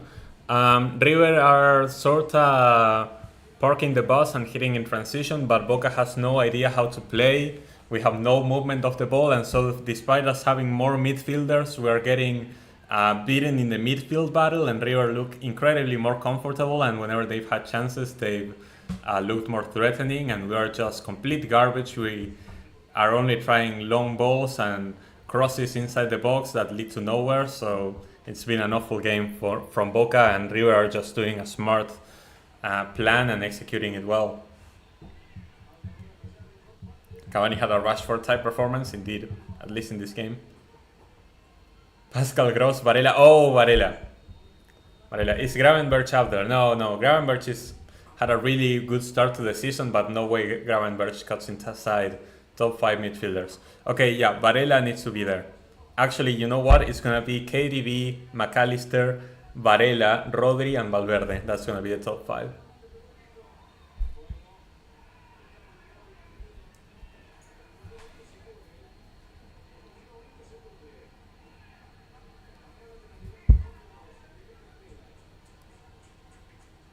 Rojo is trying to get sent off. I don't get it. Why is he hitting someone when the ball is out for a throw-in? There's no way that Rojo should have been sent off already. I'm gonna say it. Rojo should have been sent off already. There's no way that he's in the pitch by the 90th minute. He's either gonna be subbed out or sent off. There's no way. There's simply no way. I don't get it how he's not sent off yet.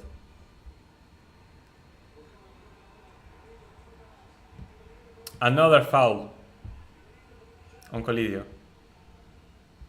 What do you mean Valverde what? A non-Valverde believer. Valverde non-believer. Passion merchant. Kind of. True. You know what? Swap Valverde out for Rodrigo de Paul. There you go.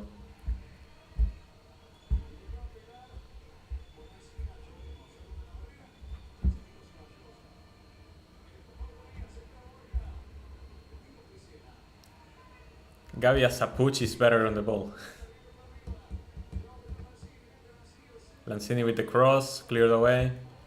I think the issue with Gravenberch is the sample size. Yeah, he hasn't had as many great games.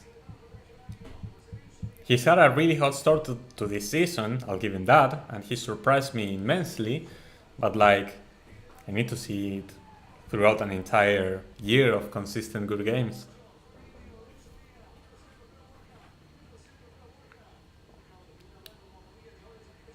Okay, let's see, Ceballos, can we hit on the counter attack?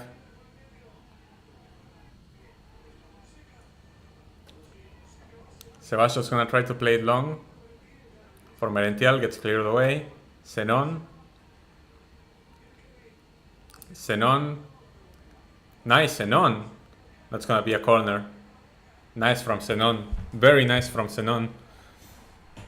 He realized that nobody was gonna help him because this team doesn't play like a team. And so he went on his own and managed to get that corner. Apparently he took a hit to his left ankle too. Lanzini is down on the pitch and River are gonna gain as many seconds as they can with this. Gravenberch needs to start graving more points for Liverpool.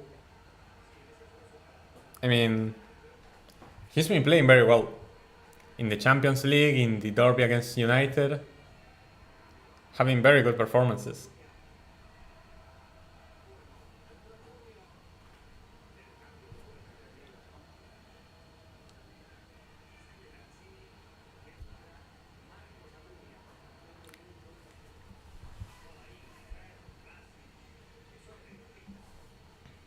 Yeah, only 20 minutes to go. Lanzini, the goal scorer for River, is gonna get subbed out apparently. And World Cup champion, another one, Marcos Acuna, gonna hit the pitch for River.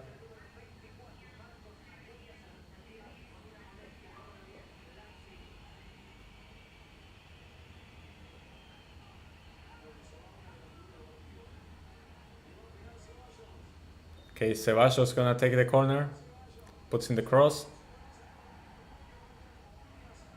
Ay, Advíncula? Nope. Everyone was asking for a penalty. Oh! No! No! Fuck! It's gonna be another corner. Ah, Jimenez so close on that one. He was basically one-on-one with Armani after a few rebounds. Ah, man! Another corner. Come on!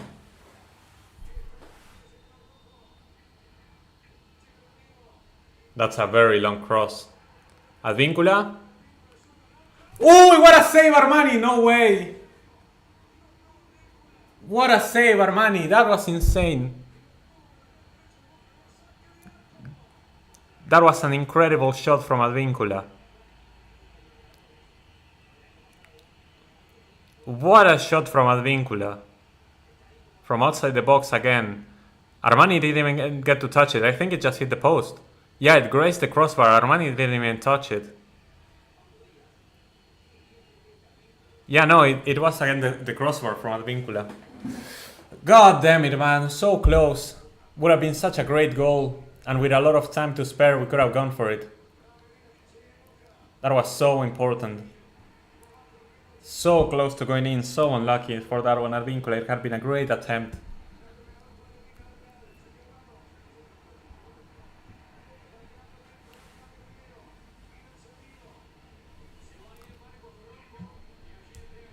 Nice, Rojo leaving the pitch. Finally, you realized. Martinez, Aaron Anselmino hitting the pitch as a new center back.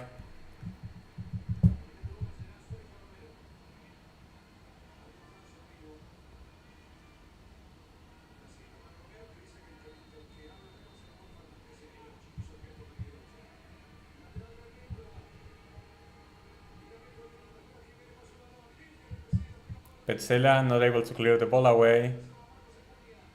Let's see, can we recover it? Nice, nope. Pressing high up, but not really recovering the ball very well. Advíncula, Colidio loses the ball.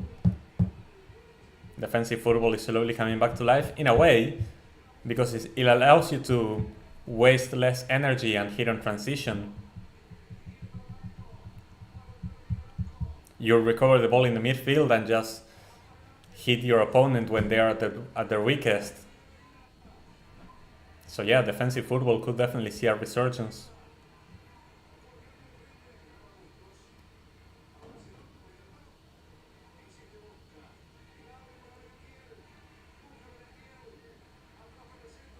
Blanco with another cross. Again, Blanco, so many shit crosses today. So many shit crosses from Blanco today, who's usually been our top assister. Now not able to put in a good cross. Is he gonna try it again? No, he's gonna give it to Ceballos.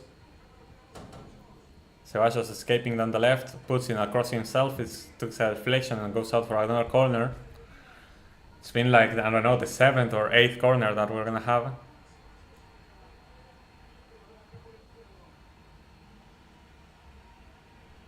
Mastantuono, I believe, is gonna come in for River after this corner. Blanco, another cross. Awful cross. They are asking for a penalty, but no way. An awful cross from Blanco once again. Mourinho make a comeback to Europe. Keep dreaming, Albert.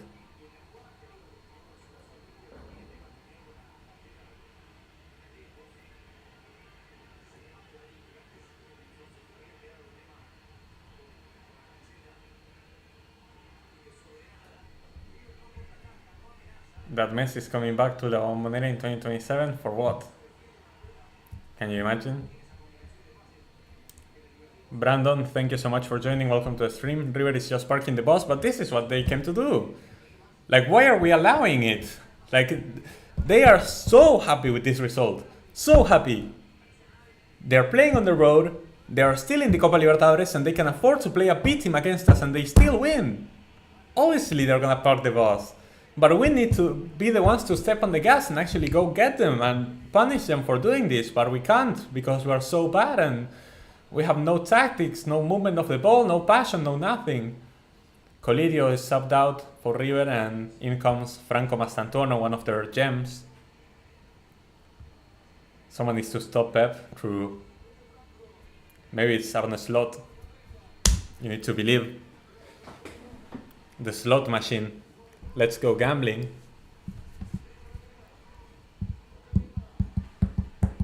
Alright, 15 minutes plus whatever stoppage time is added. Can we equalize the game at least? Can we not lose at home against a B team?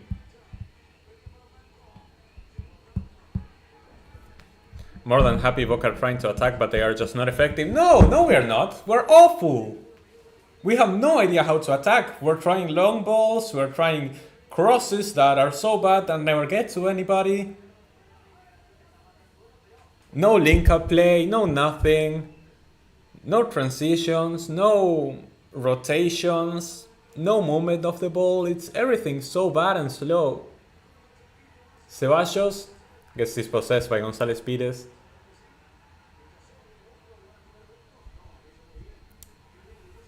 And River actually managed to come out of that press. That is actually amazing.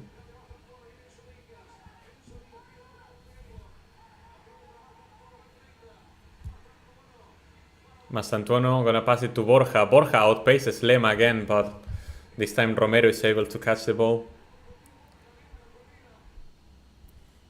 The slot machine, yep. Stop winning all the time, same. Would you take Gallardo? What do you mean? No. What do you mean? No, never. For anything.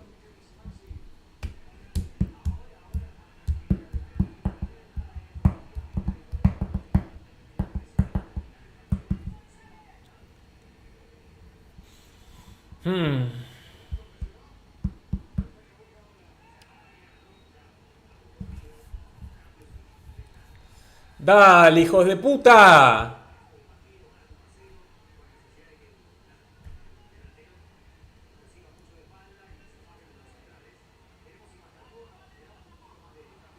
¡Move! ¡Dude!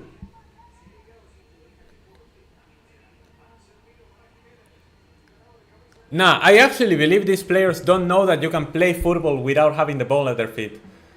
Here comes Borja on the counter-attack too. Amazing from Advíncula. Amazing. No! Okay, no, there was not a foul. I think the ref blew a foul in favor of Boca. Like, Borja fouled Advíncula. Yeah, I think Advíncula won that duel, definitely.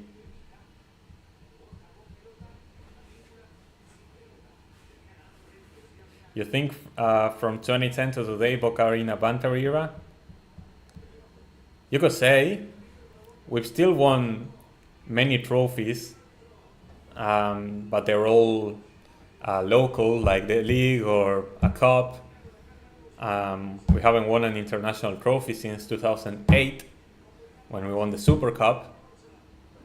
Haven't won the Libertadores since 2007, and in that time we lost 3 finals. We've seen River become incredibly successful and win so many trophies while we are, just trying to play catch up. So you could say banter era, because it seems like there is no plan and no direction ever. But in that banter era, at least we've won multiple trophies, which is more than many clubs can say. But for Boca, that shows how big Boca is, that sometimes that isn't considered enough. Riquelme, dale, mové a los pibes. Guessing you wouldn't take Alfredo Di Stefano then? No, because he's not alive anymore.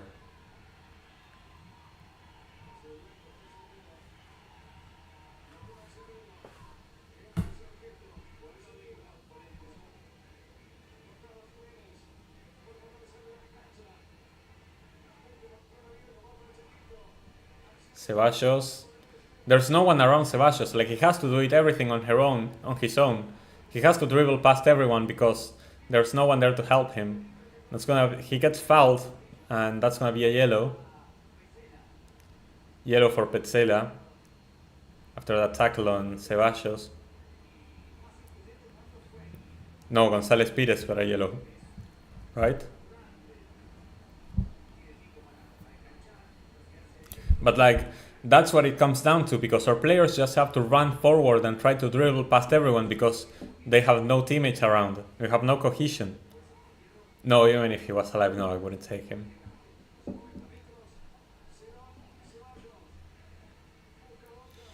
Legend of the game for sure. Alright, what can we do with this free kick?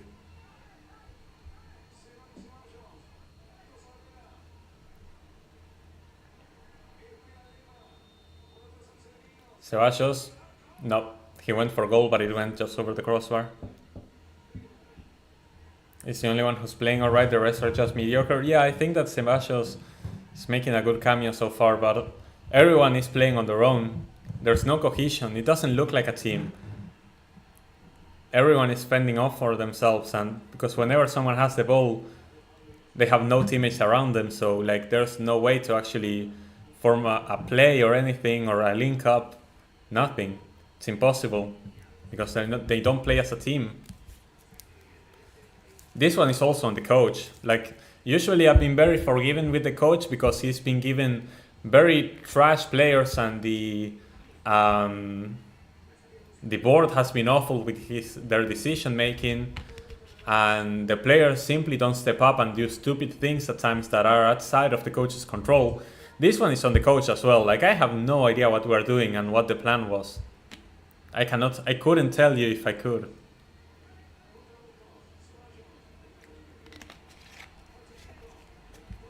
I have no idea what the plan was, what the plan is. Because this game is not over, but it feels like it's over because we're just so incredibly bad.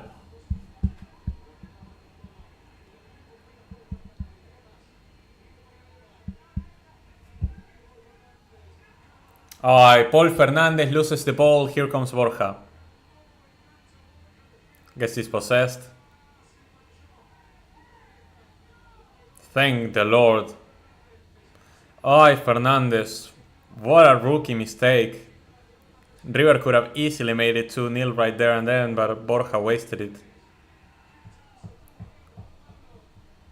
Borja bottled that for sure. Cavani isn't trash. No, he isn't, but like, he had an awful game today. Ay, Paul! Dear Lord, man. Yeah, no, Borja definitely overcomplicated that one because he wanted to hit it with his right. Barinaga coming onto the pitch for Boca. I guess replacing Advíncula, and also Milton Delgado. Like, we're just bringing in the youngsters too as well. Just don't give a fuck. Yeah, Advíncula out, Barinaga in for the right back. And Paul Fernandez out after that stupid mistake, and Milton Delgado subbed in for his first Superclásico.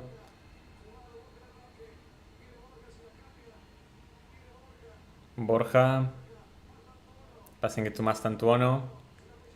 Guess he's possessed.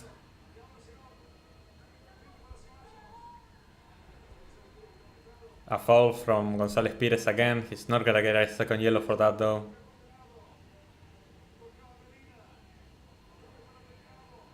Play it quick! Can someone move?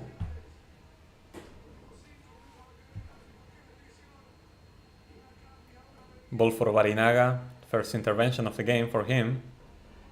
Barinaga cuts inside.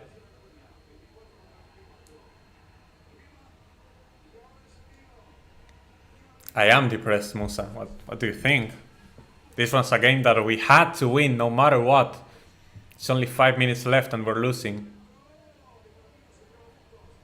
We had no excuses. Like, my entire month depends on this game. Jimenez, No, that's not a foul! How is that a foul from Medina, bro?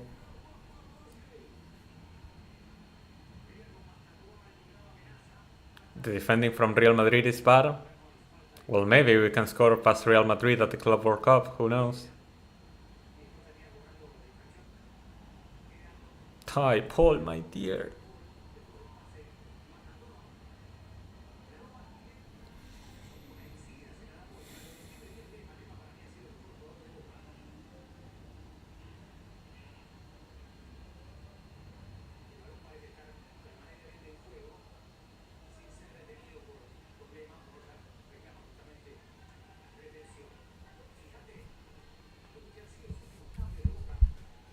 How much stoppage time is there gonna be? There should be at least like 7 minutes, but they're not gonna add that much.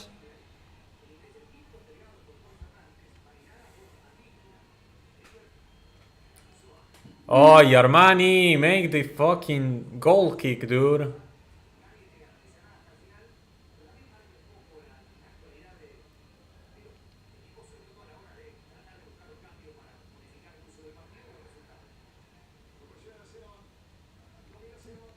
Zenon, let's see. Pass for Barinaga, doesn't get there, it's gonna be a throw-in for us.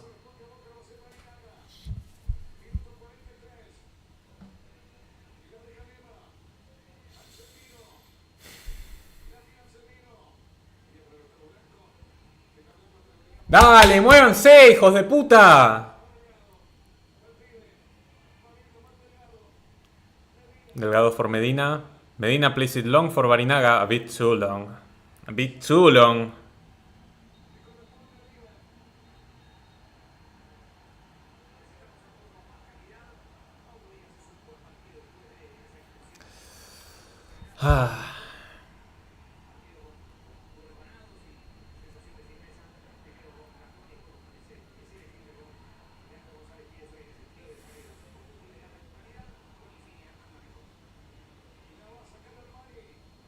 Armani again squeezing every second he can from this goal kick.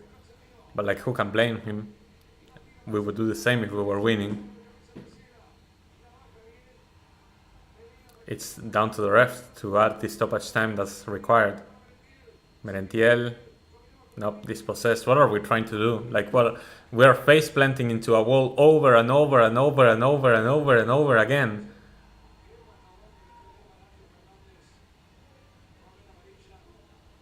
That's a yellow card for who? For Lema? For a foul on Fernandez?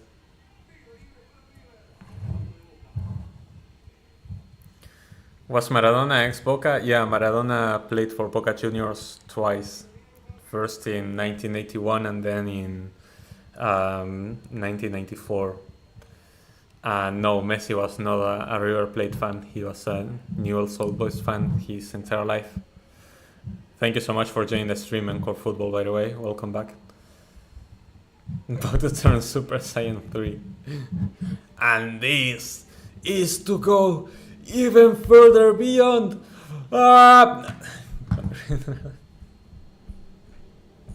And my stream is buffering. Would you take Paolo Guerrero? No way, no. For the memes, maybe. My stream! Brother in Christ! I'm done.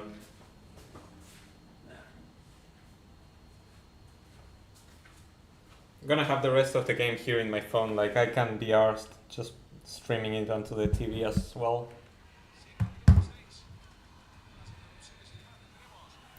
I'm gonna have it here in my phone, I don't care anymore.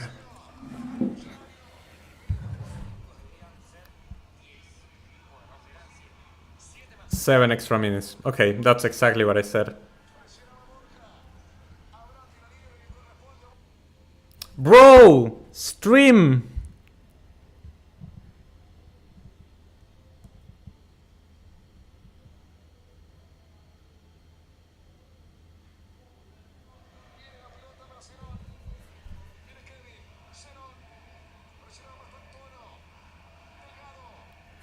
Que esta hinchada está loca. Hoy no podemos perder. Movete, deja de joder. Que esta hinchada está loca. Hoy no podemos perder. Dale, muévanse, hijos de puta. The throwing for Jimenez doesn't get anywhere near. Anselmino tries to fight through it, but we're just face planting into a wall constantly, man. Jamal Lewis from Newcastle joined the first, became the first British player to play for a club in Brazil, joining Sao Paulo. I didn't know that, but yeah, a lot of international players are going to the Brazilian league, like Depay, Braithwaite. Like, it's crazy, the Europeans going to Brazil for real. Oh, Armani almost gets dispossessed. That was good pressing from Jimenez. Yeah, YouTube is gonna demonetize me at this point. Like, I couldn't care less. Like, if I don't swear this, my head is gonna explode for this. Just how sick these players make me, for real. Slimani, I think, has played in Brazil. Don't remember that one. Gonna be a goal kick for us. 5 minutes left.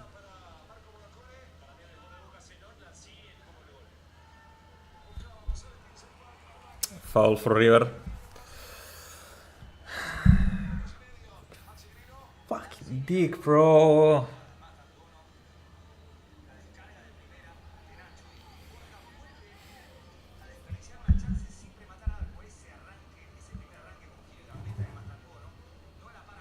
Yeah, Slimani from Algeria.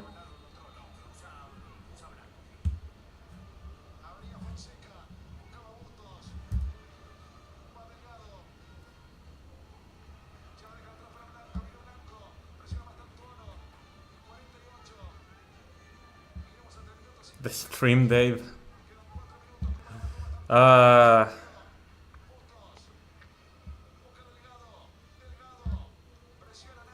Throwing for us. 4 minutes left.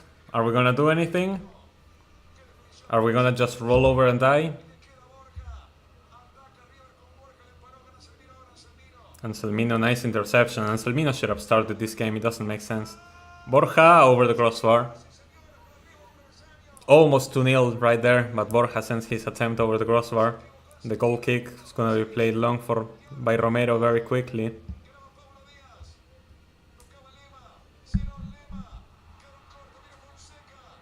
Again, River intercepting in the midfield, like Borja doesn't get dispossessed.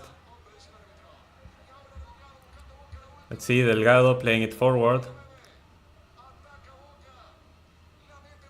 Nice! No!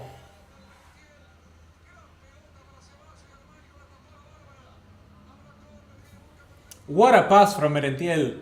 And Ceballos 1-on-1 with Armani. And gets denied. Bro. No way.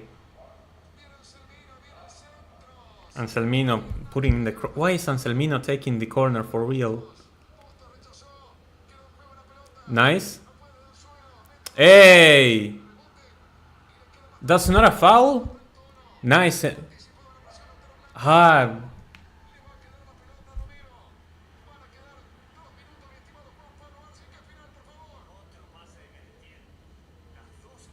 What an amazing pass that had been from Merentiel. And Ceballos had it. He had the equalizer right there and then. Ceballos got really involved ever since he came in at halftime. Made a very good cameo, but so unfortunate that he has to miss that.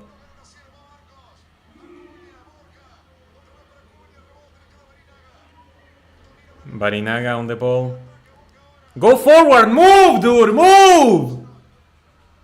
Move!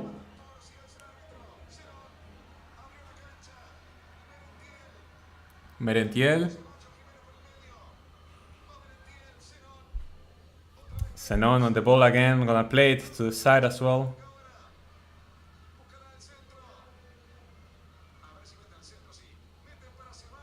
Ceballos. It's gonna be a corner. Gonna be a corner. Probably last play for us that we're gonna get. Would you take finished turtle and boodles? Sure, why not over these fucking guys? Blanco with the cross. Cleared away. Barinaga keeps it in play. Blanco again, another cross. Jimenez, no way! Goal! Goal! Goal! Gol, la puta madre!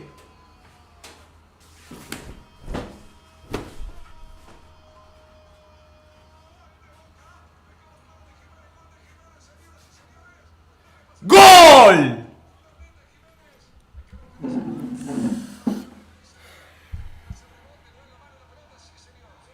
No, it hits his hand.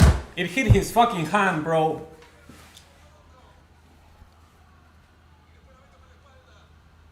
Wait, no. No, it hits his hand, bro. It hits his hand. No, it's not gonna stand.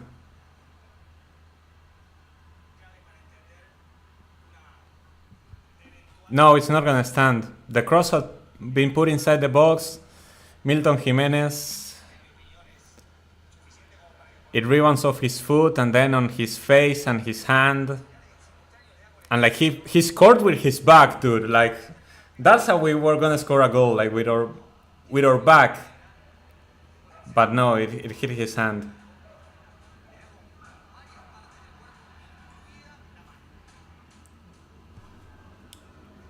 It was the cross, it hit his foot, then his face, then his hand, he fell over, it hit his back and it rolled in. Like that's how insane the goal was. But no, it touches his hand, it's not gonna stand. They're gonna go check it. But no, it's not gonna stand.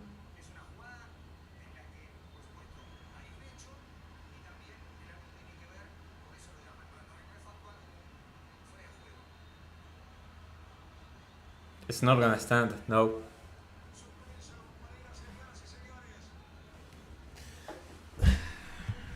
It's not gonna stand.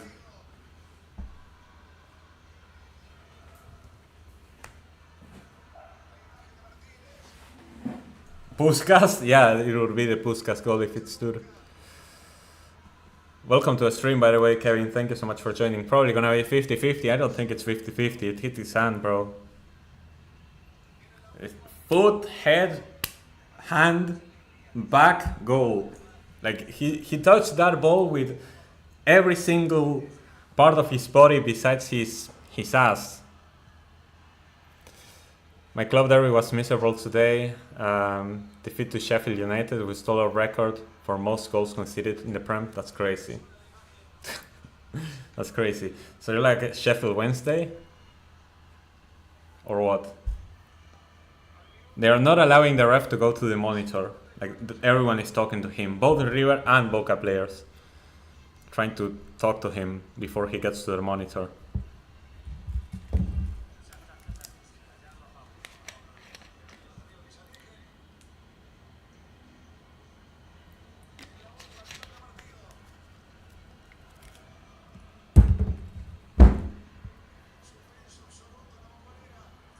They don't have the image on the VAR or what? What are they checking? What are they doing?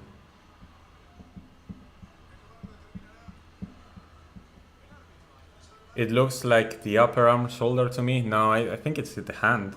Like, it's first the head and then the hand. Looks like it hit the head and then the hand, bro. Sheffield United consider over 100 goals last season. They mentally checked out. Yeah, Sheffield United last season was crazy. I think it hit his hand. Like, I have to be honest with you guys. I would love to see something else, but I think it hit the hand.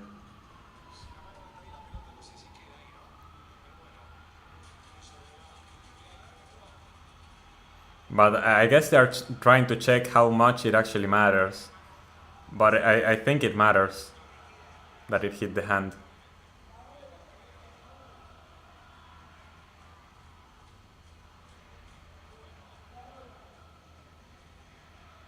Sportivo Italiano is instead not an Italian club. Yep.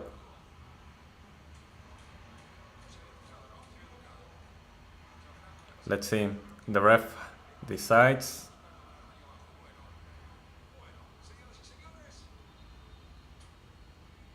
No goal.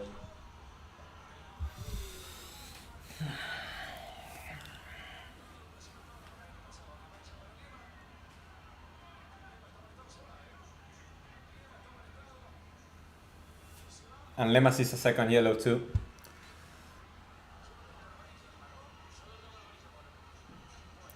Yep. Lemas is a second yellow and gets sent off. Just for the sake of it, I'm gonna add it, but because I'm mad.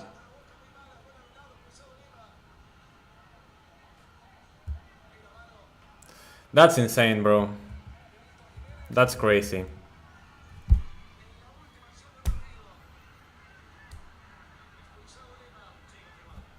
No, I wouldn't let the goal stand. I don't think it's a goal. It hit his hand. It leads to a goal. The handball matters. Like, there's no way you allow that goal to happen now. That goal cannot stand. No way.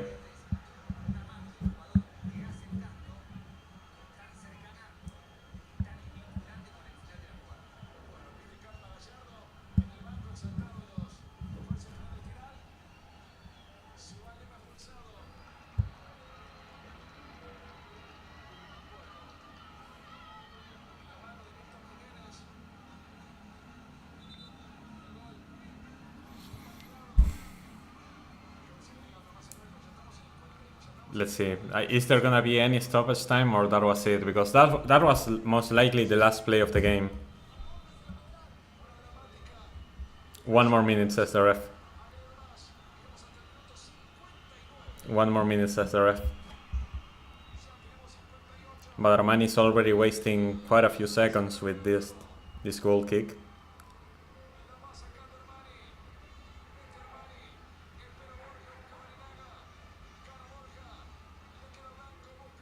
Blanco just throws it long.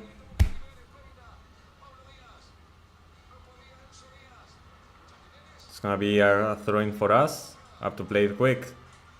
Play it quick, bro! Barinaga is just gonna throw it inside the box. Yep. Barinaga, is dispossessed? No. It's over. It's over.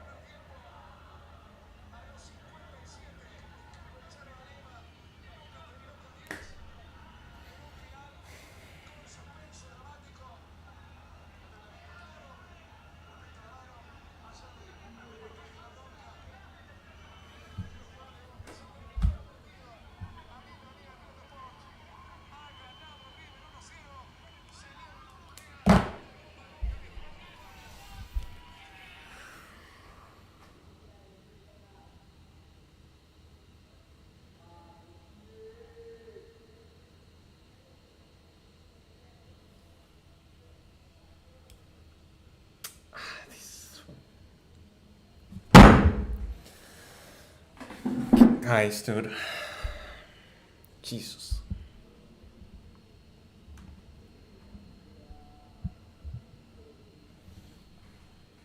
Is already someone on the streets for real, dude? So cringe.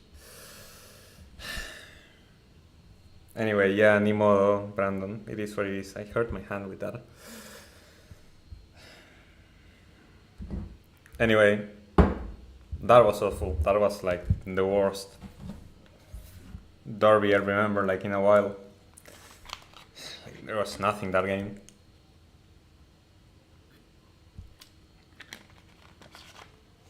Still can't believe how shit we played. Right. At home against their B team, inexcusable. Inexcusable to play that bad. You may lose, but you cannot play like that. You cannot. The board has to go, the manager has to go, many players have to go. Like, it's already not... We are not winning the league. The only thing we can win is the cup. If we don't win the cup, it's a massive failure and everyone has to leave. Like, it's not acceptable anymore. It is what it is. Anyway, sorry for this change in mood. Because, like, I don't know, I just can't, bro. I can't. Thank you to everyone who tuned in and who left their messages, their likes and everything. Yeah, like I don't know, man. Check out the Copa Libertadores video, which has been uploaded today for the YouTube members. Consider becoming a member by hitting the join button below. Consider subscribing if you enjoy this type of content in South American football. And yep, I'll see you all.